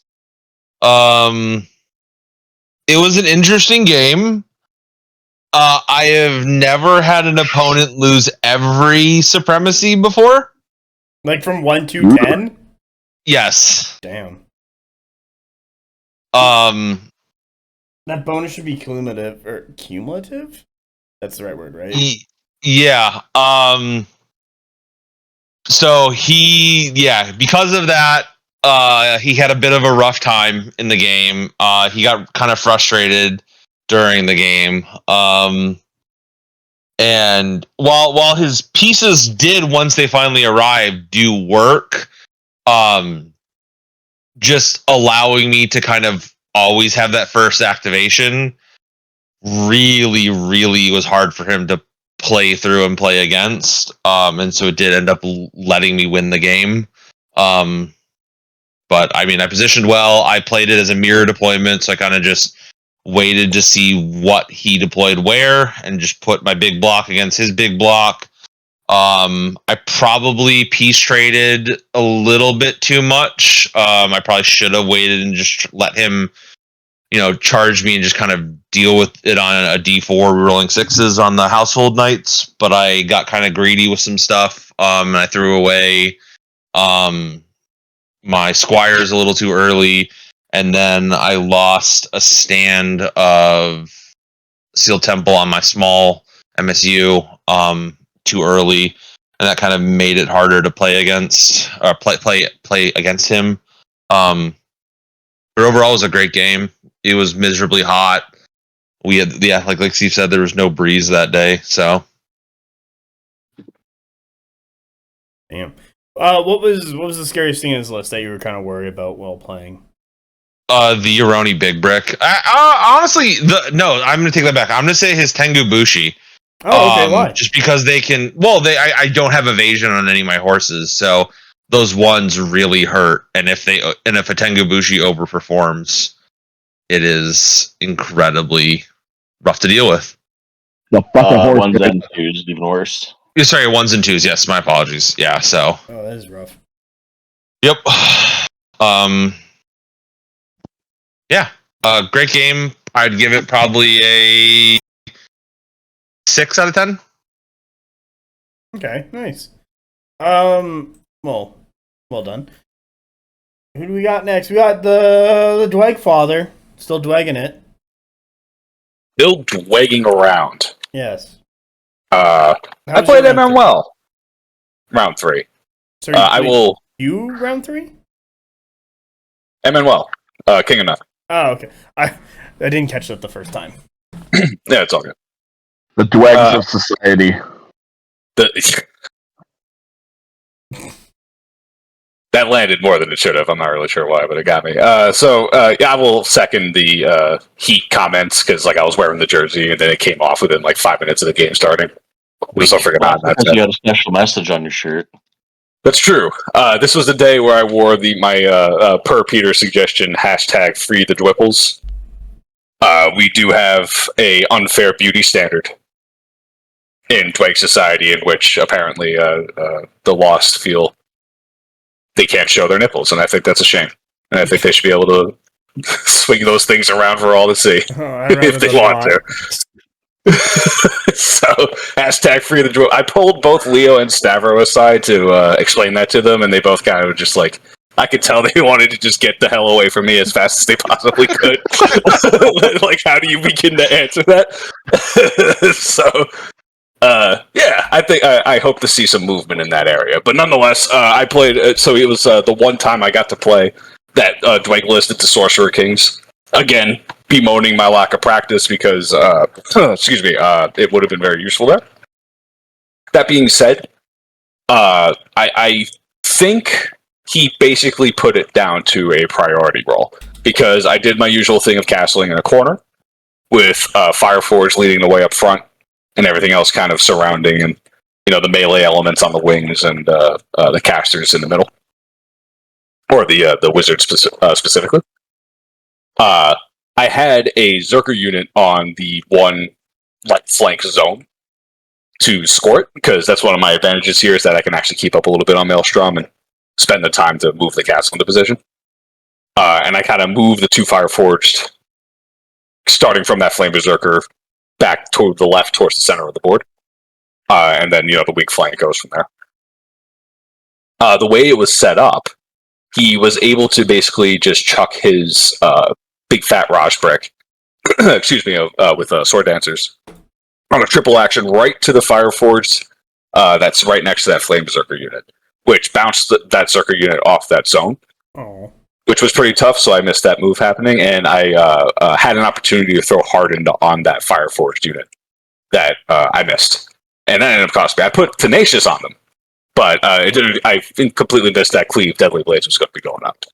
So that ended up costing me there. But, that even being said, if he loses Prio the turn after that, and I had the token advantage, he loses that unit because I just destroy it with everything nearby. Zerkers just get into a fight, probably take a few stands off. They live through whatever's coming between tokens and Tenacious and all that.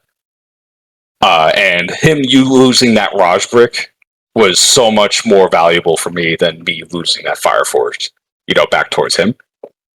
But he won the power roll and smashed the wizard and ballistay right behind it, so that unit got more than its value back.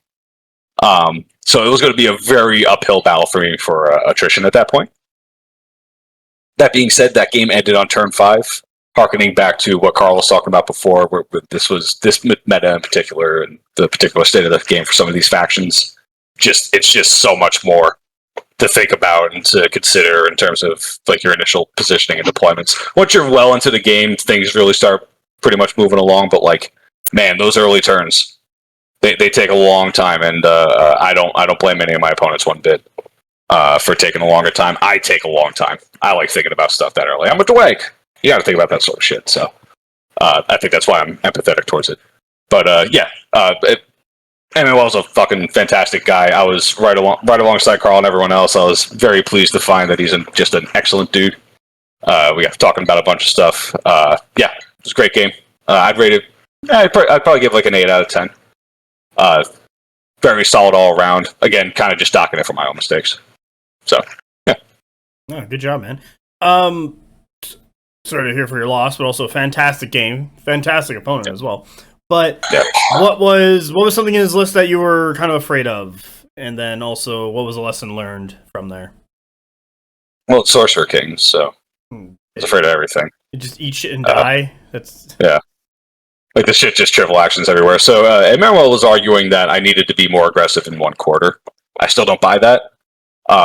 The Dweg list, I have to keep everything within 8 inches of the tokens. So me being aggressive in one quarter is much more easily punishable from his half, or from his side, I should say, as opposed to taking it slow and grinding my way up the board. Mm-hmm. Other than that, I'm basically just keeping in mind that bouncing the unit off the zone, like that's not something I considered before. So that's a nice little thing to keep in mind going forward. But it's fucking SK, man.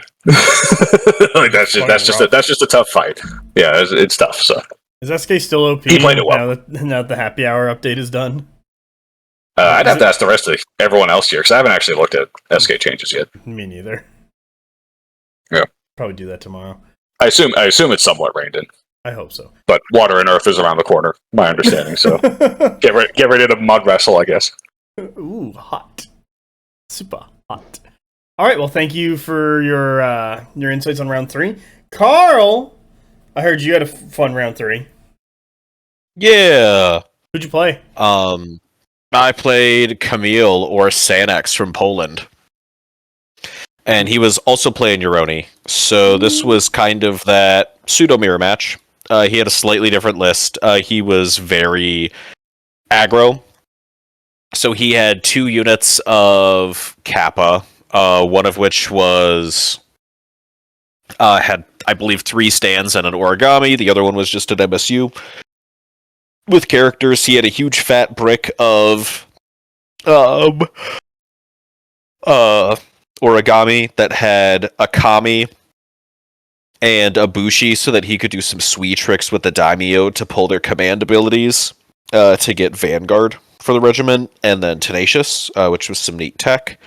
And then the Spider, Damaru, and one of each bushi. So basically, he had a few more functional regiments, and one more actual character than I did. But then I had more MSUs. So basically, it was just kind of cut and dry. I was on the back burner from the beginning. My operating plan from the start is I have to clean him out and score out. And I was just slightly too late for that. I got the double score on turn 2 on the outers, and he got the center score. But then the right point, I had to back off, basically, as I only had a Tengu Akashi there, and he was able to score out as I took pot shots at him. That flank ended up with a single wound left on a Kappabushi scoring out. Center flank, or center, was his brick against my brick. He got out of the zone and basically body blocked me off of it, whereas I got the first clash, or first charge clash on the end of a turn, and I got a second Inspire clash before he was able to, so I got the double swing into it. And then my left flank, his right, is kind of where shit got a little spicy. We both had our Joragumos supporting, and it kind of turned into a mess of a melee. What really came down to it was basically our Bushi were trading, our blocks were trading. I let him take the hit, or I let him make the hit with his larger Kappa regiment onto the origami, knowing that it would hurt, but thinking that I would be able to pretty much swing back. That ended up proving correct. But then, unfortunately, lost back-to-back supremacies.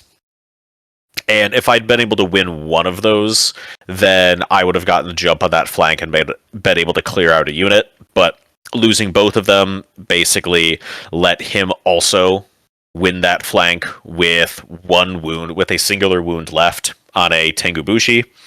And then in the center, I eventually ground down and pushed through, but it was not enough to make back from the scoring advantage. So he ended up, it was like 11-23 or something like that.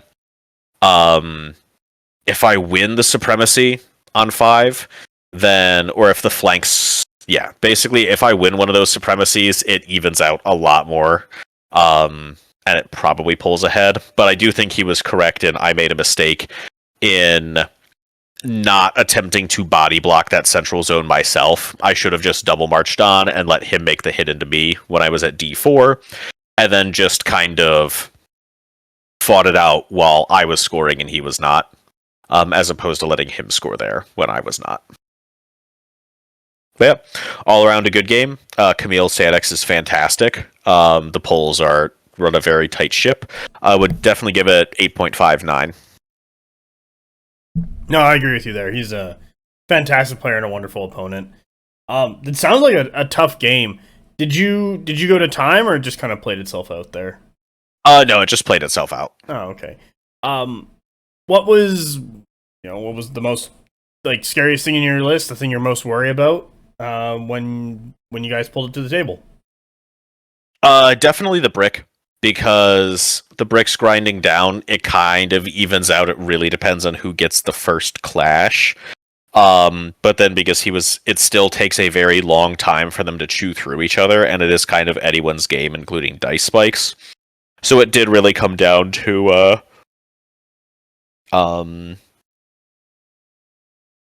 it really came down to kind of the supporting things.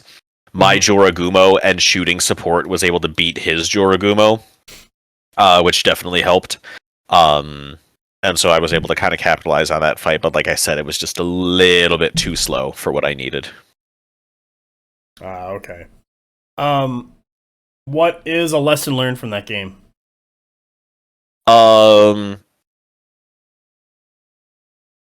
I think the big one, I wasn't as practiced into the Euroni mirror as I was into some of the other ones, and just knowing the math on those kind of grinding matchups and just being okay taking the chunk of hits at first. I let him take the advantage there because I had better activation control that turn. I was going to have the last activation, and so I decided it was going to be worth it to kind of let him make some pushes there, and that was just not necessarily the right call. Okay. Oh, all right. Well, thank you for your round 3. We're going to get into round 4. Box Cannon Tooper. Who'd you play round 4? Yeah. I had Brandon. This Wadroon guy. Yeah. This Wadroon guy. And I also had Yanni sitting on the side heckling me the whole game, which was I enjoyed. I like Yanni. So yeah, played into Brandon. Wadroon also turns out doesn't like spiteful winds. He had never played into it, so he had deployed and was like, "Oh, that 8-inch bubble. Hey, can I take back this?" And yeah, I let him readjust because he had no idea about spiteful winds. But I was able to just chew up his slingers and hunters and raptors before they could really do much of anything useful. This is on Grind Them Down, by the way, is the last mission we were playing. Yep. Fought a quaddle, traded for some ghouls on my side of the table. He backed the quaddle up with his chosen block. And on the opposite side, he had his double apex. And then up the middle, he had his queen block, who was trying to heal the things I was killing with spiteful winds, but not healing fast enough. I did kind of a split play here instead of Horns of the Bull. The middle zone wasn't worth it for me to push. So I just split my forces in two, and then I did have one set of flame casters pushing the middle, but they were more just zonal control than actually going for the zone. I managed to sacrifice some flame casters to his chosen block so that I could get the flank charge with my Raj, and just tore into them. It didn't kill them in one go like I was hoping, but made a huge dent. So this was another game that went to time. I started pushing into his apexes because again, I was trailing on points, not as much as my other games. So like turn 5 was 15-10. Turn 6 I pushed into the apexes with my other set of sword dancers. I kill one because I win supremacy. And then the game literally came down. So turn 7 was our last round. Game came down to one dice roll. I was feeling pressed for times like, no, I'm not losing another game to time. So I'm playing a little frantic, and it's obvious to him. Like, he knows that long term he's losing, and he knows that I'm being beaten by the clock right now. And he was great about it. So game comes down to a volley from my Flamecasters. They're juiced up. They've got Fire Dominion. They got homing winds on them into his apex. I thought I had it without killing that, and then realized, shoot, I didn't. So I had actually, in order to try to just beat the clock, I set like the first 2 cards of my deck. Was like, the rest doesn't matter. I'm just going to shuffle it real quick. Turns out it did kind of matter. That's how like pressed for time I was. Like, no, I have to finish playing out this round. He also, I think, made a mistake of not tracking his chant, because it came down to I killed the apex to a wound, and he was like, wait, I think I have Tenacious up. And we kind of both paused, like trying to figure out, does he have Tenacious up or does he not? I don't remember the chant. And he was great sport. He's like, you know what? No, it's your game. And he called it there. So probably the best game for me. Playing into such such a kind action there to like not even worry about it and just give me the game, not trying to backtrack and figure out if the chant was off or not.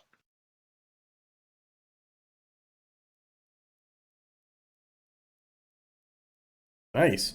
Well, congratulations on your win. Did you actually finish the round, or did time get called and you had to dice down? We did get to finish round 7. That's good. Did all your games go to time? Or 3 of them did. wow. The only game that didn't was into Arcadius. Yeah. He had poor reinforcement rolls, and you had the chance to set up and then just rain death. Yeah, I absolutely butchered him. Yeah. Oh, that's good to hear. What was the scary thing in his list that you were worried about? The chosen block.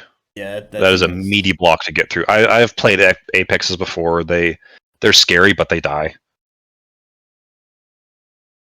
I agree with the chosen block. The thing's rough to kind of kill.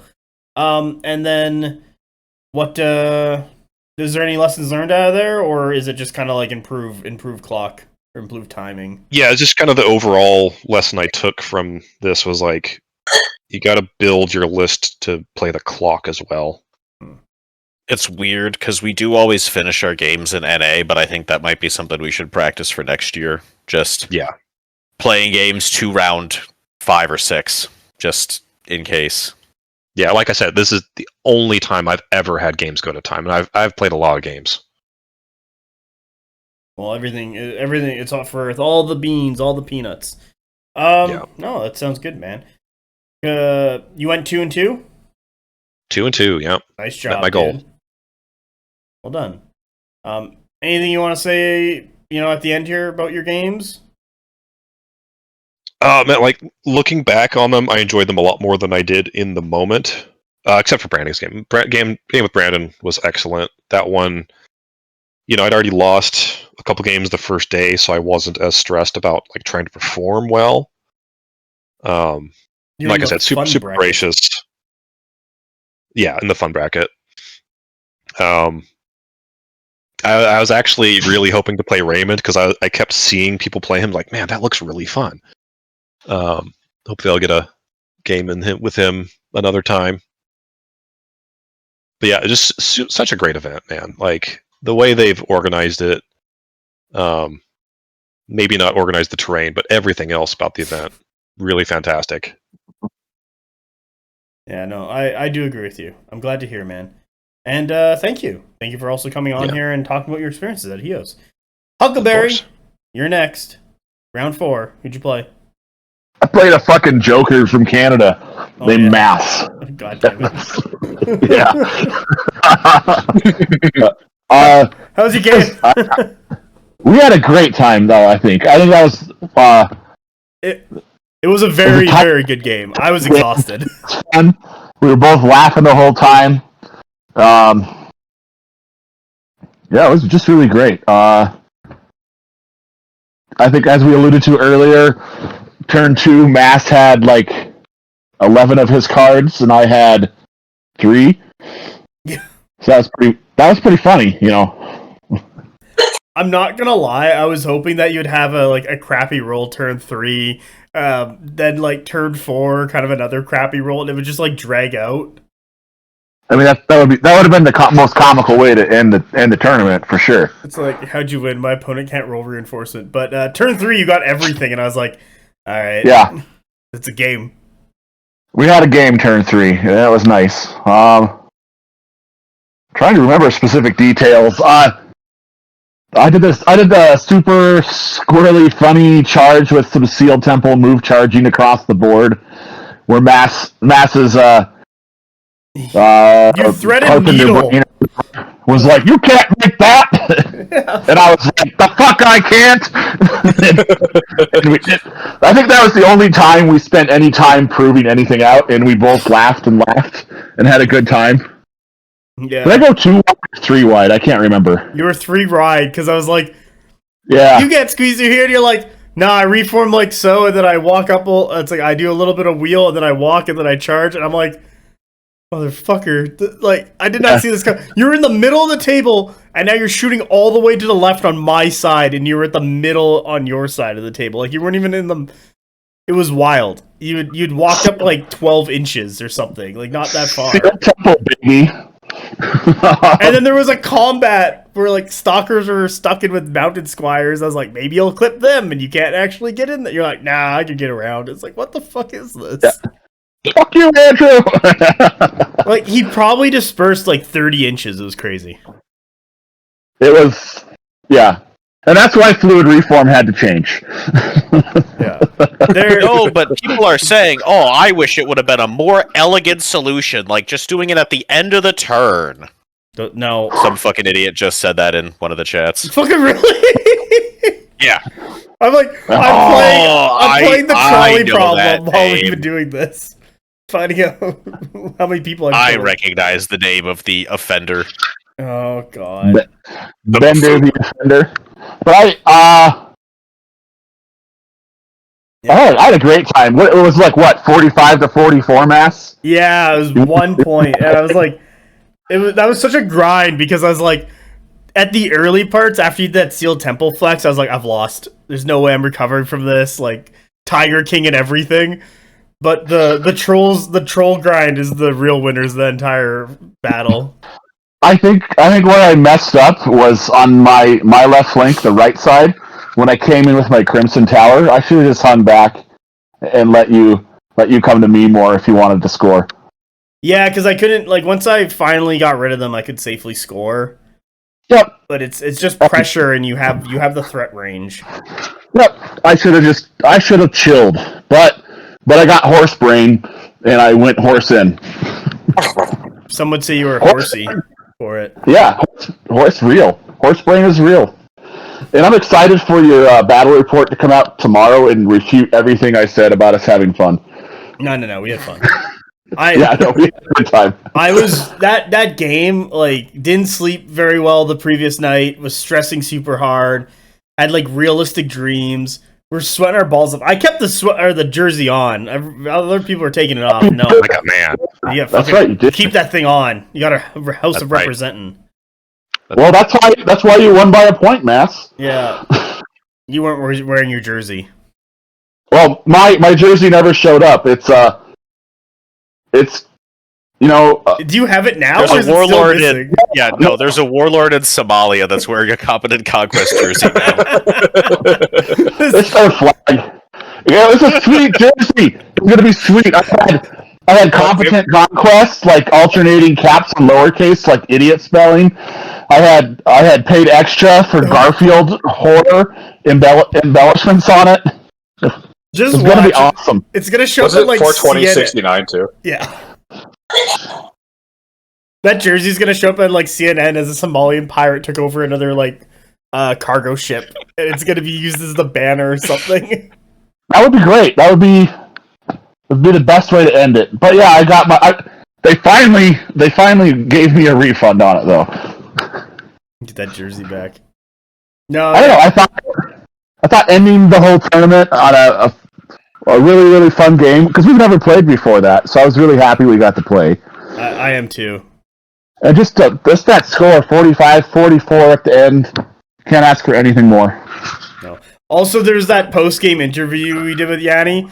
Like, I was like sitting in the chair, and Yanni's like trying to get me up to go do the fucking interview, and I don't want to do it. I just want to sit down. And I decide, okay, fuck it, I'll rally for this. And I go over, and with it, Stamos is recording, and I just pick up Yanni, and then do the interview, and then you come by, and we like start hugging it out and just fucking being weirdos. I came over doing a really bad Macho Man impersonation, because I didn't realize that they only wanted to talk to winners, and I was like, I'll be part of the interview too. No, you gotta be in the interview. Yeah. I want to see what that is, because I don't remember like exactly what I said or anything, and I don't know if I can find it. I think we just made like unintelligible sounds and hugged each other or something. Yeah. I can't remember.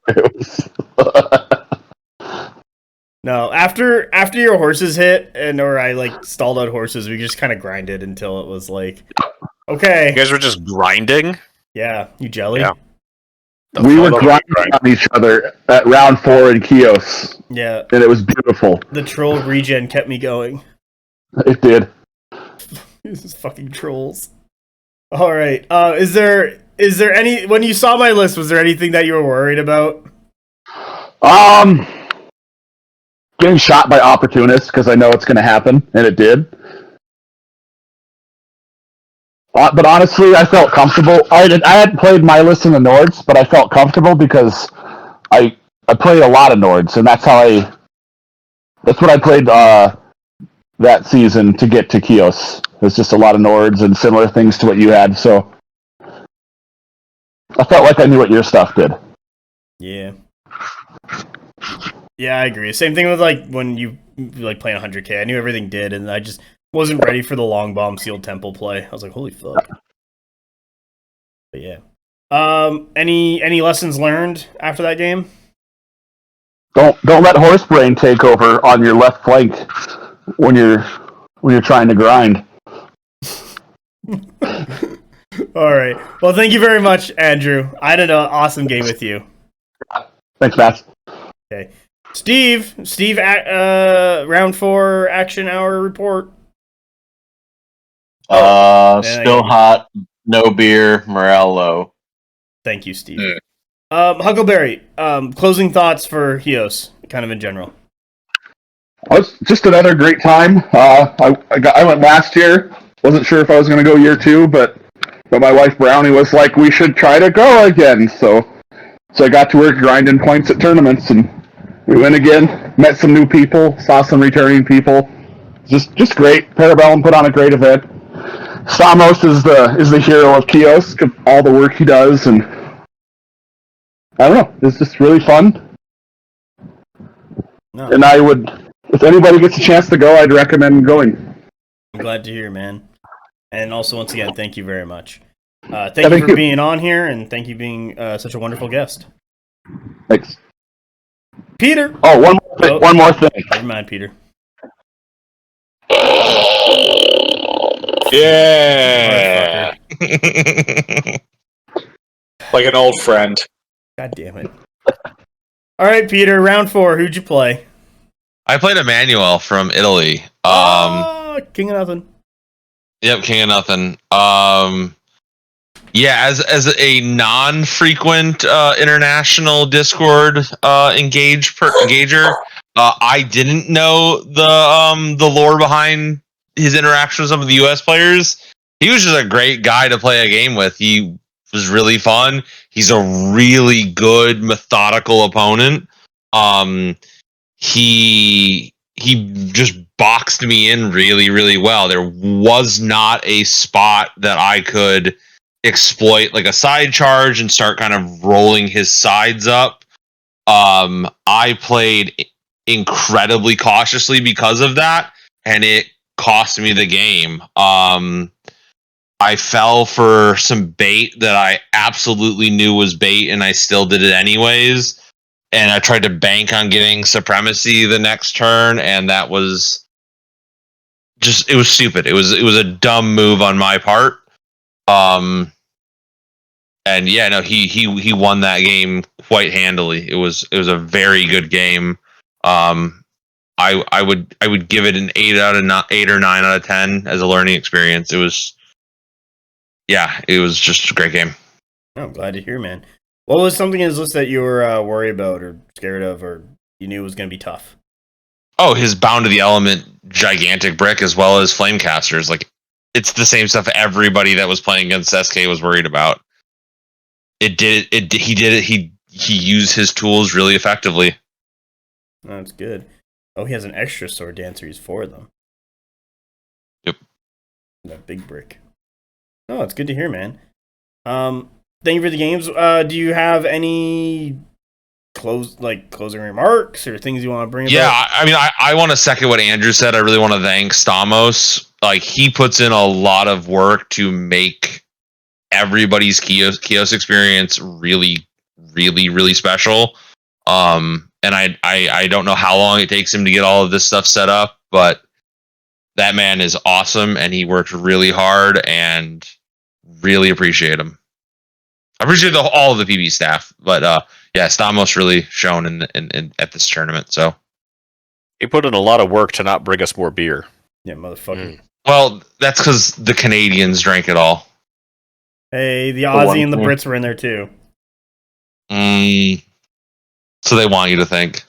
So truth be told, though, the Brits really did put us in our place when it came to beer consumption. Yeah. Fucking champions. I'm telling you, man, the difference between Drunk History America and Drunk History UK, clear as day. The Just UK one's not nearly as funny volume because of they're not alcohol. nearly as drunk. Yeah, they drink more and they're less drunk. It's insanity. Anyway. No, all right. Thank you very much, Peter. Thank you for coming on. Thank you for being a wonderful guest. Brian, you're round 4. Who'd you play? I played Tim and his fucking beautiful Nord's army that I wept upon seeing because it was really gorgeous. And he ended up winning Best Painted, didn't he? Yeah, he did. Totally deserved. Like, I was, for me, it was between either him or Ray, and I had the pleasure of playing both and seeing both armies across the table. It was really awesome. But those Nords were fucking gorgeous. But in any case, yeah, Nords is what he was playing. And what did he run? He had a unit of pigs, a unit of werewolves, the Raiders brick. He had a Siatnar, two bow chosen, a steel chosen.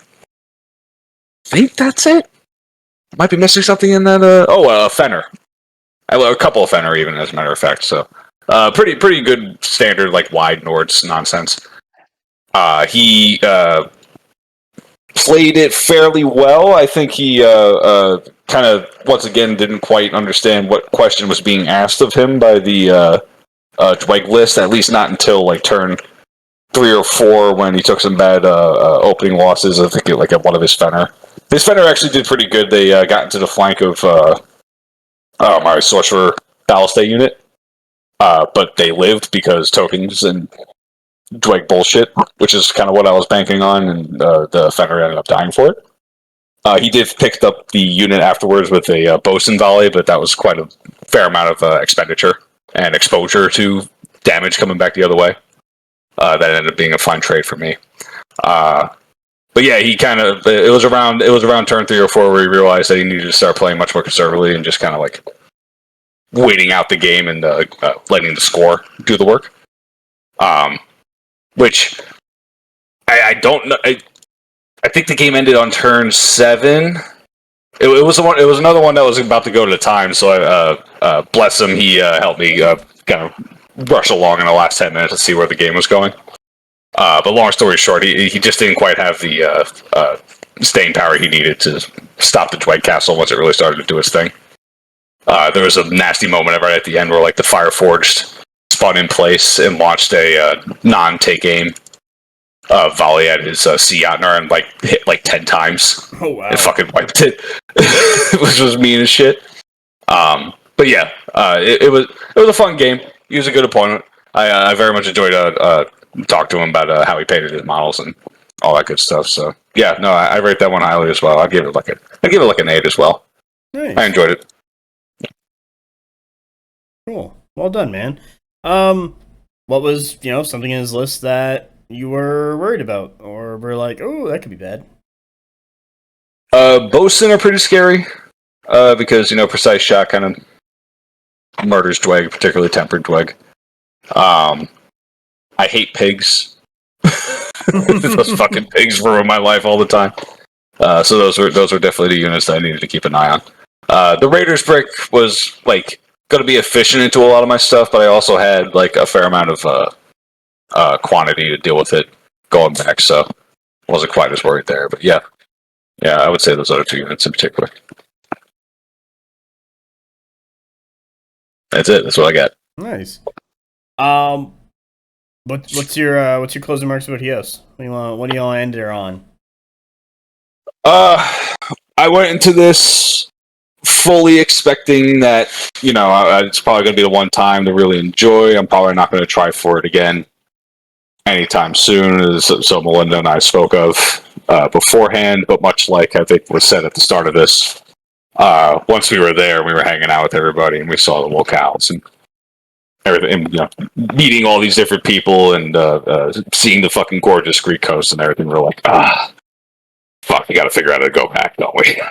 So, it's probably I at least want to keep the option open this year because, like everyone said, PB put on a wonderful event. They worked extremely hard to host all of us, and you could tell there was a lot of kindness and love that went into it, and I really respect that, and I really appreciate that.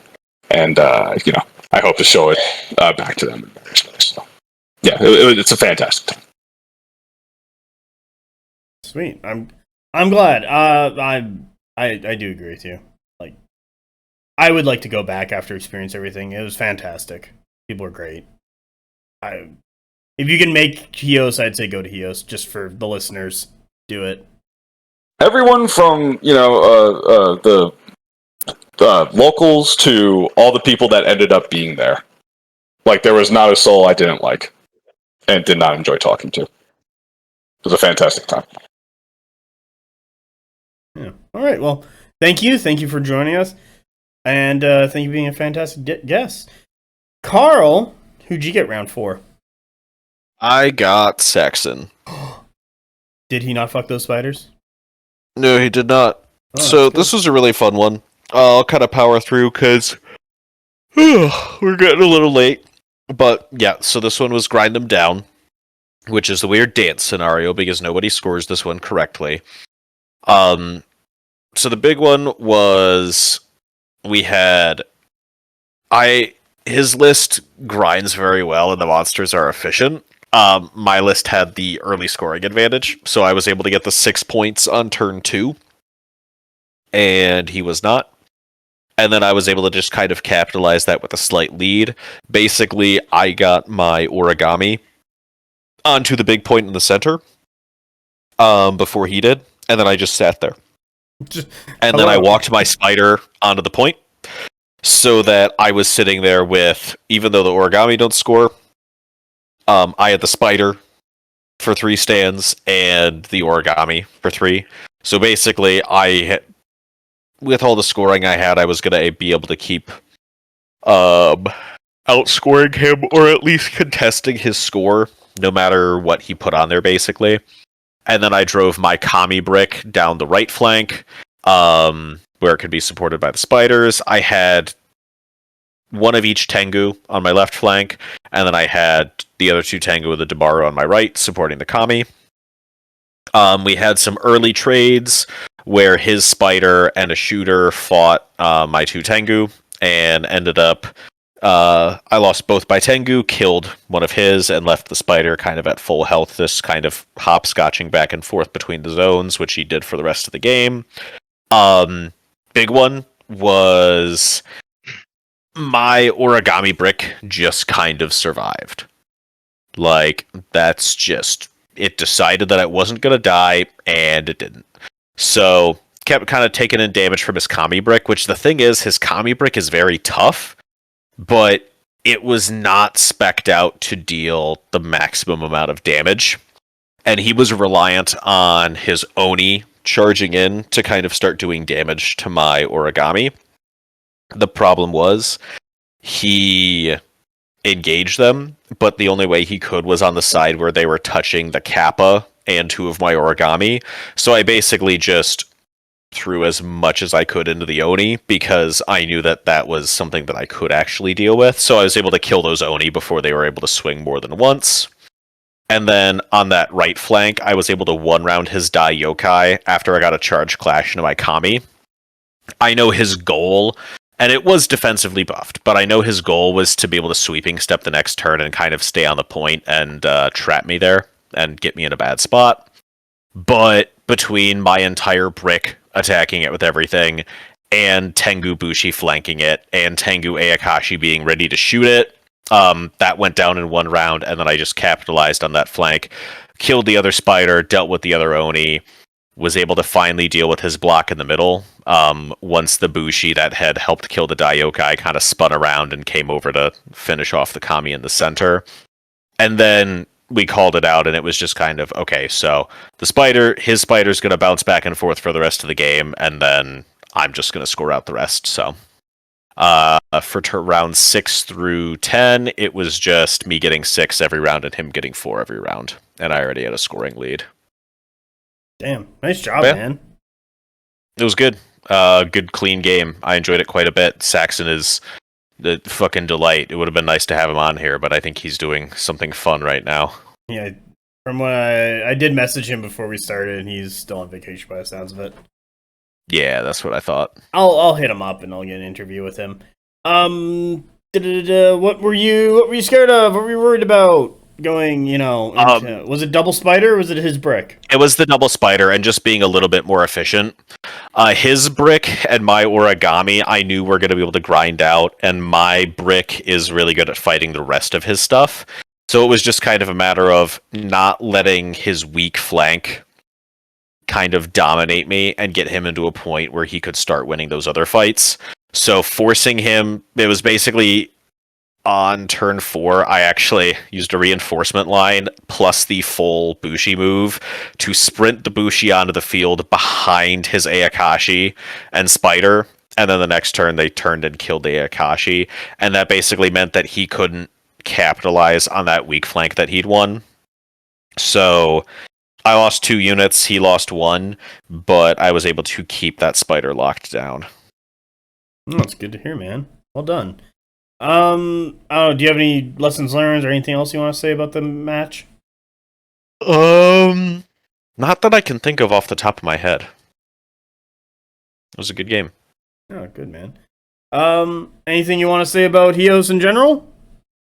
Planning on going back. Gonna definitely tighten up some of the US testing. I know some other folks have indicated they want to make a run for Hios, and to them I say, good fucking luck. Damn, no quarter. Yeah, I mean, competent crews tightening up the testing. We got enough people who want to come back that we're going to fill out all the US slots. And we got some of our international buddies coming out to Adepticon, so you want to play, you want to go to Hios, you better be playing a really damn good game. There are so many matchups I want to see when they show up. Oh yeah, it's gonna be great. So many. Dude, we should convince some grudge matches round 1 just to see what happens. We'll get people to drop round 1. Yeah. If that happens.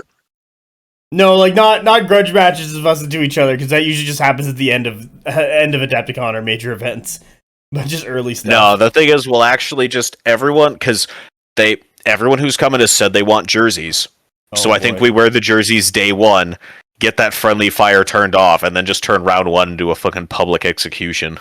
God, I don't know. Whenever I wear the jersey day 1, I'm struck down for my hubris. never wear the jersey day 1. Don't get struck down. Yeah, no, you're going to be at a point where you can't be struck down by your hubris, and you won't get boxed out by a 10-year-old. I want to take that For the Goryo record, pick. he was 15. Steve, I mean, you had an opportunity to stay silent and attempt to preserve some level of dignity. You just straight up said.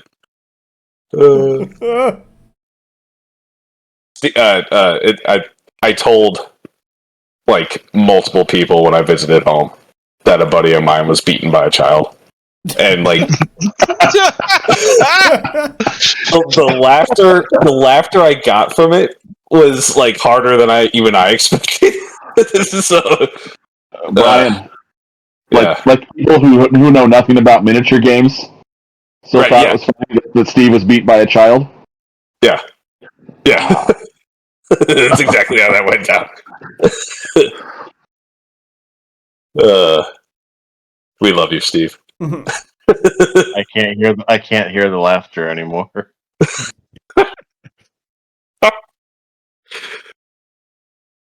Poor Steve. Poor Steve. I get that a lot. Steve, I don't feel sorry for you. Good, don't pity me. I don't pity you, Steve. I mean, I'll remind everyone here. I claimed vengeance on that child for Steve. Steve when he got beat down, I said no. You fucking came up to me afterwards. You're like, "What happened?" I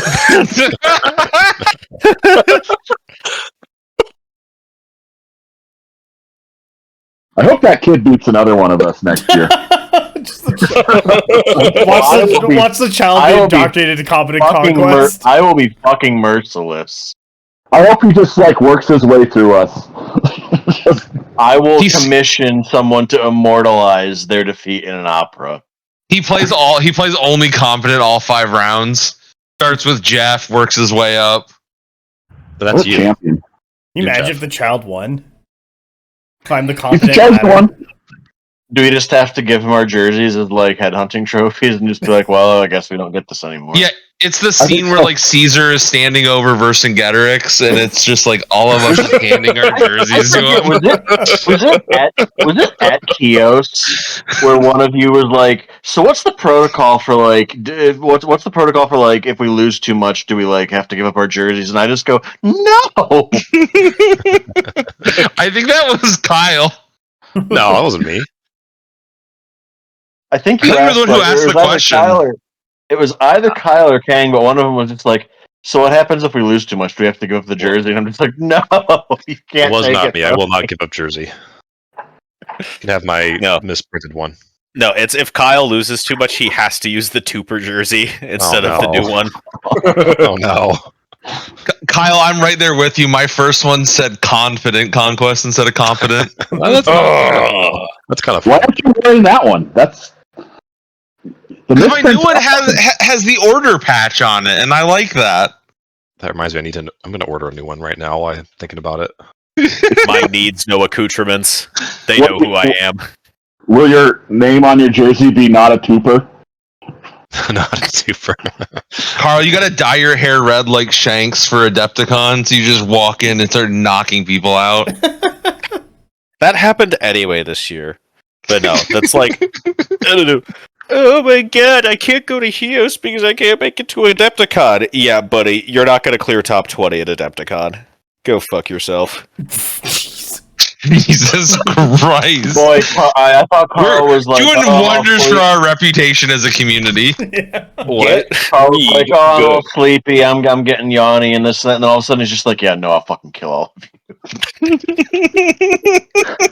There's a bit of me what's kind of like, if we just put Carl in a room and it's like, okay, he has 4 opponents each day, and he gets to eat them after he kills them. And we just put the entire Adepticon bracket through that room. If we hear Carl saying like "Kale Ma," we just run away. Yeah. I mean, I'm not gonna die of starvation. I'll tell you that much. Carl, After he beats in a contest, he's just eating the weaker Conquest players. It's like, oh god.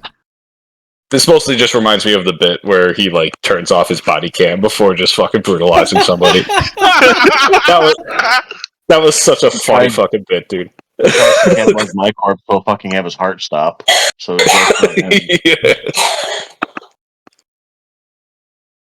Oh man.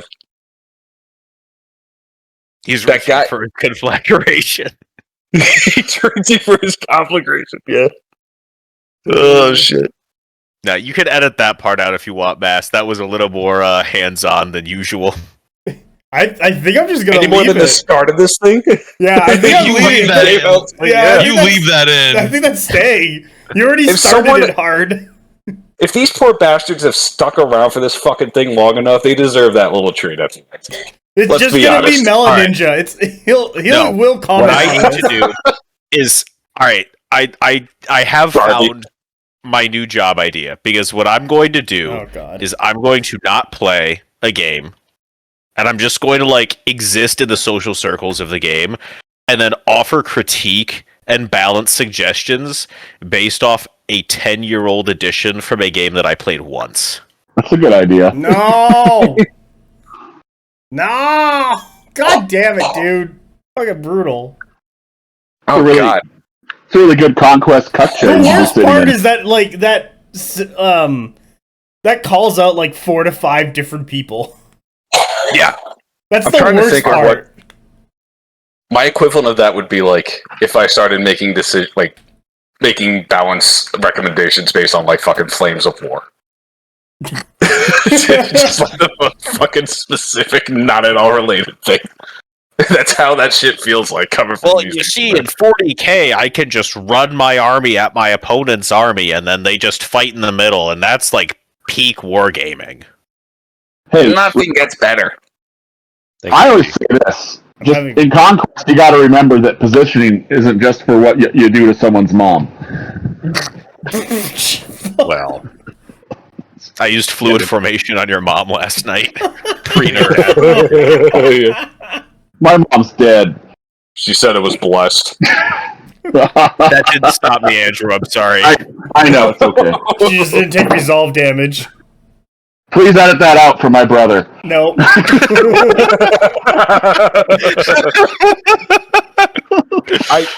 I need you to have your brother come onto this just once to tell us all that he shit his pants. Look, he shits his pants, but he's just still so much cooler than all of us. I'm sorry, guys. I mean, if you can shit your Yeah, pants, we can't cross that yeah, part. I did that. I'm owning it. I'm taking it back. I'll be like, yeah, you know what? This guy's really. This is someone who is very comfortable with who they are as a person. He's just I so respect much that. cooler than all of us, and man, yeah. I forgot I told you guys about the pants shitting. I didn't actually know about this one. I'm gonna be real. I'm never telling him about what I do now. Carl, you may have already left the water, but Andrew related this story in the wonderful waters of the Aegean, which somehow lends it lends a gravitas to the information that I think is important for context. So I had shit in the ocean. So there I was shitting in the sea.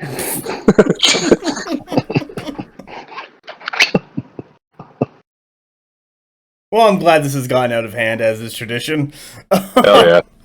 Yeah, no, I still got to know, sight we through know my what list of people want. call-outs.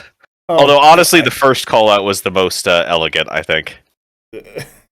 And by elegant, I mean it was a fucking sledgehammer, but it was the most I was about to say, it was the fucking start of Fear when you're like running after the guy and he steps around the corner and just fucking clotheslines you. That's what that shit was, man. That was crazy. I love how Kyle was like, I'm just I could be precise and use this bucket of scalpels, or I have the sledgehammer, but he's like, hold on, what if I just tape all the scalpels to the sledgehammer and we just go to town? That was the decision you made. A weapon to surpass Metal Gear. It was the verbal equivalent of that fucking missile with the knives attached to it. Yeah. One specific target homing in. We're going in. Well, it's just, oh my god, There's times where I'm thinking like, man, should I do a bitch cast? And I'm like, nope. No, because they all turn into bitch casts. They do all turn into bitch casts. No, but it's like spires have been left with a bone to fall off the table. I'm like, dude, what the fuck are you talking about? Spires were just handed a meta full of D4 and shit that their marksmen don't even need to use arcing volley to shoot. Like, get the fuck out of here with spires. Jesus Christ. And the D4 is going to go to D3. They're going to be pumping a ton of shots. They still have a game plan. Y'all like deadly shots? Well, you see, the Deadly meta shots hasn't is like a progressed box to of where chocolates. my mimetic assassin and bound clone blocks based playstyle is just like adequate to beat my local that's playing like a unit of flamecasters, and I just spires are the worst. Like, okay, great job. My only complaint. Bound clones. My only complaint is that militia bowmen are garbage. Yeah, they are. Should I try How to dare save you. things by talking about how I encountered the long lost brother of Poodle Man? What? Or not No. Poodle Man, Oh, Chihuahua wait, guy, whatever yeah. his name is. What? Wait, do they know about Chihuahua Guy? No. What the fuck are you talking about? Okay, so So- last year when we were leaving Hios, we watched this homeless man with all his possessions in a bag of trash, and I think I saw a rotting apple in there. We watched him put his other possession, a Chihuahua, through the X-ray machine at the airport. What the fuck? He had a lot more than just a rotting apple. He had like an entire shopping bag full of assorted trash items that he probably scoured off the ground. He outside brought the that to airport. the airport and was going through security. What the fuck is that? What? How was this man allowed on a plane? He almost Good wasn't. He question. tried to cut through line for like everyone in front of him, and then They made him he then proceeded to argue with the. He proceeded to argue with the gate attendant, the baggage handling clerk, the security. Like everyone was on this guy's list, so it was great. And then he's like sneaking the Chihuahua through the fucking X-ray thing, and the text like, "The fuck is? Oh my god, he fucking did it!" And then we're like, "Oh god, he really did it!" And then he's sitting on the plane. They did let him on the plane, presumably because they realized that to keep him off would just cause more trouble than it was worth. And then he starts arguing with the like stewardess, and he's like, I want this seat for my dog, and then it's like, you can't, sir. This is, and then he's like, okay, can I like hide it under, can I put it in the carry-on? And it's like, no, you can't. He was so anyway. I encountered his long lost brother. Fuck, do I have his description? I think it was gray pinstripe dress pants, a yellow t-shirt, like vibrant, like juicy lemon yellow, electric yellow, and then this was accompanied with a white and blue varsity sports jacket. I don't recognize the symbols that were on it, but I assume it was like for a punk band or like a brand or something that I didn't recognize because I'm lame. But basically, these like 2-inch thick velvet shaggy like decals that were like sewn on. And he also had like the world's worst applied spray tan, that's an achievement in itself. And then he also had quite possibly like the worst comb over I've ever seen. It's just like, oh no, this guy slows down when he passes a school, and it's not even fucking pickup. But like, no, he was incredible. Christ. Does he drive a train? He was a real life cartoon character. I'm just like, oh my god, I've been in Greece for all of 5 minutes, and this is who comes to greet me. What a wonderful life. I think the first guy you met was just modern Diogenes. I'm pretty sure he matches that fucking description, dude. That's a specific ancient philosophy reference. You could look it up. I promise it's funny. I know you did. No one else fucking laughed. Look it up. I don't think You're all gonna learn. He didn't start masturbating in the middle of the airport, so good on him.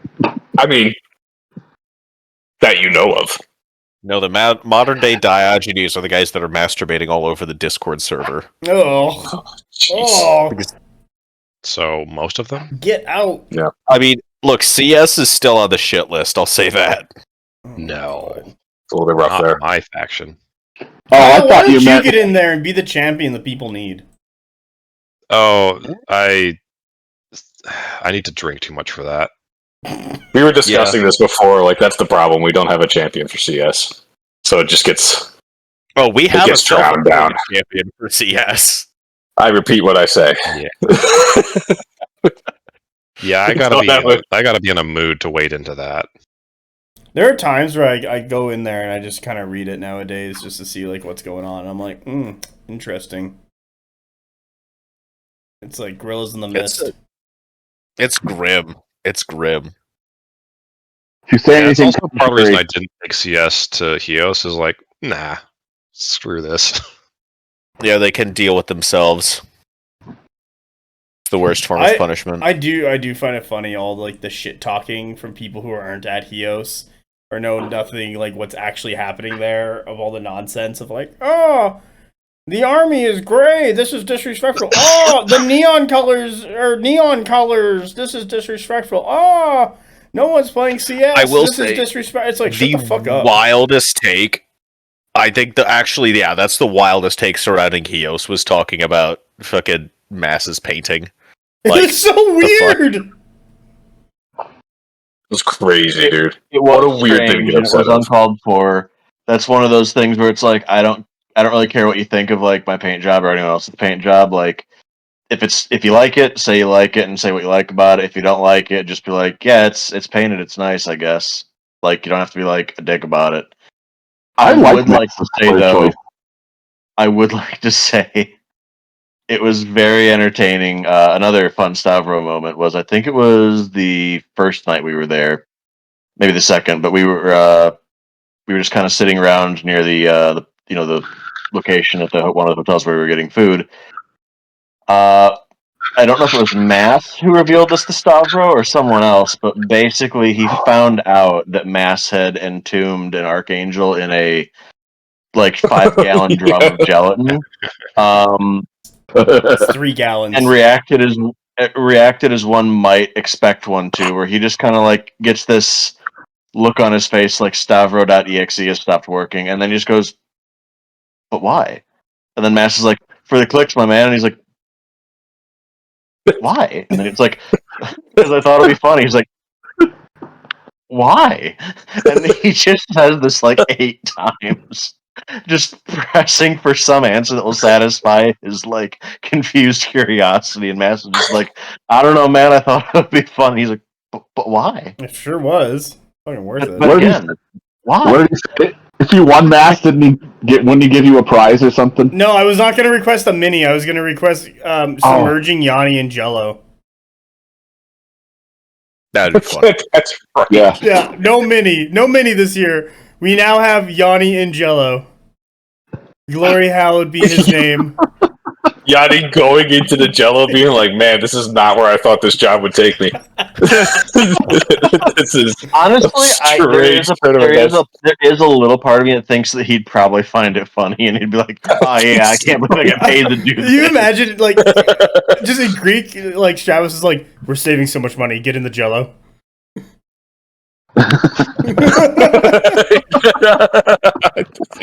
Yanni, I need you to listen to me. Just roll. Might be onto something. The Jello's saving us from another Founders Apex. Oh my god. Do you imagine the Apex Conqueror? What's like triple the size of the previous one? Yep. No, that's just the triple-headed Super Mahout with Hormus just like riding on the back, like full action figure sized. I want Somebody's big asked Gumbies. for a Godzilla fish gnome. That's pretty awesome. Peter, this is how people die and never get found again. This is Stravos drowning every single contestant in the ocean. They can never know. He just activates the secret charges that he has at like on the side of the beach, and like the whole side of that island just like leaves off into the sea. What if we request a sculpt of Yanni in the Jello, but it's actually Yanni as Han Solo when he just throws him in the fucking like he's got the same face and everything. It'll be a fish gnome Han Solo Jello. It'll be a real tortured creation, but you know it's someone would buy it. I'd buy it. Fuck, I would too. That's fucking hilarious. Yeah. People would be really questioning what's happening. It's like, whatever I want. And with that, we should wrap her up. So, thank you for listening. Thank you for my wonderful guests, Kyle, Andrew, Steve, Peter, Brian, and Carl for joining me here on another episode of the BonkTable Submerge Yanni and Jello cast. If you liked everything you heard and want to, discuss it more, you're welcome to join the BonkTable Discord. You're welcome to leave a comment in the description. Leave a comment below if you're on YouTube. You also find this on Spotify, Apple, wherever you find podcasts. And there's, Cassandra's Twitter and her secret Twitter. And like and subscribe. Everyone have a great day. Bye!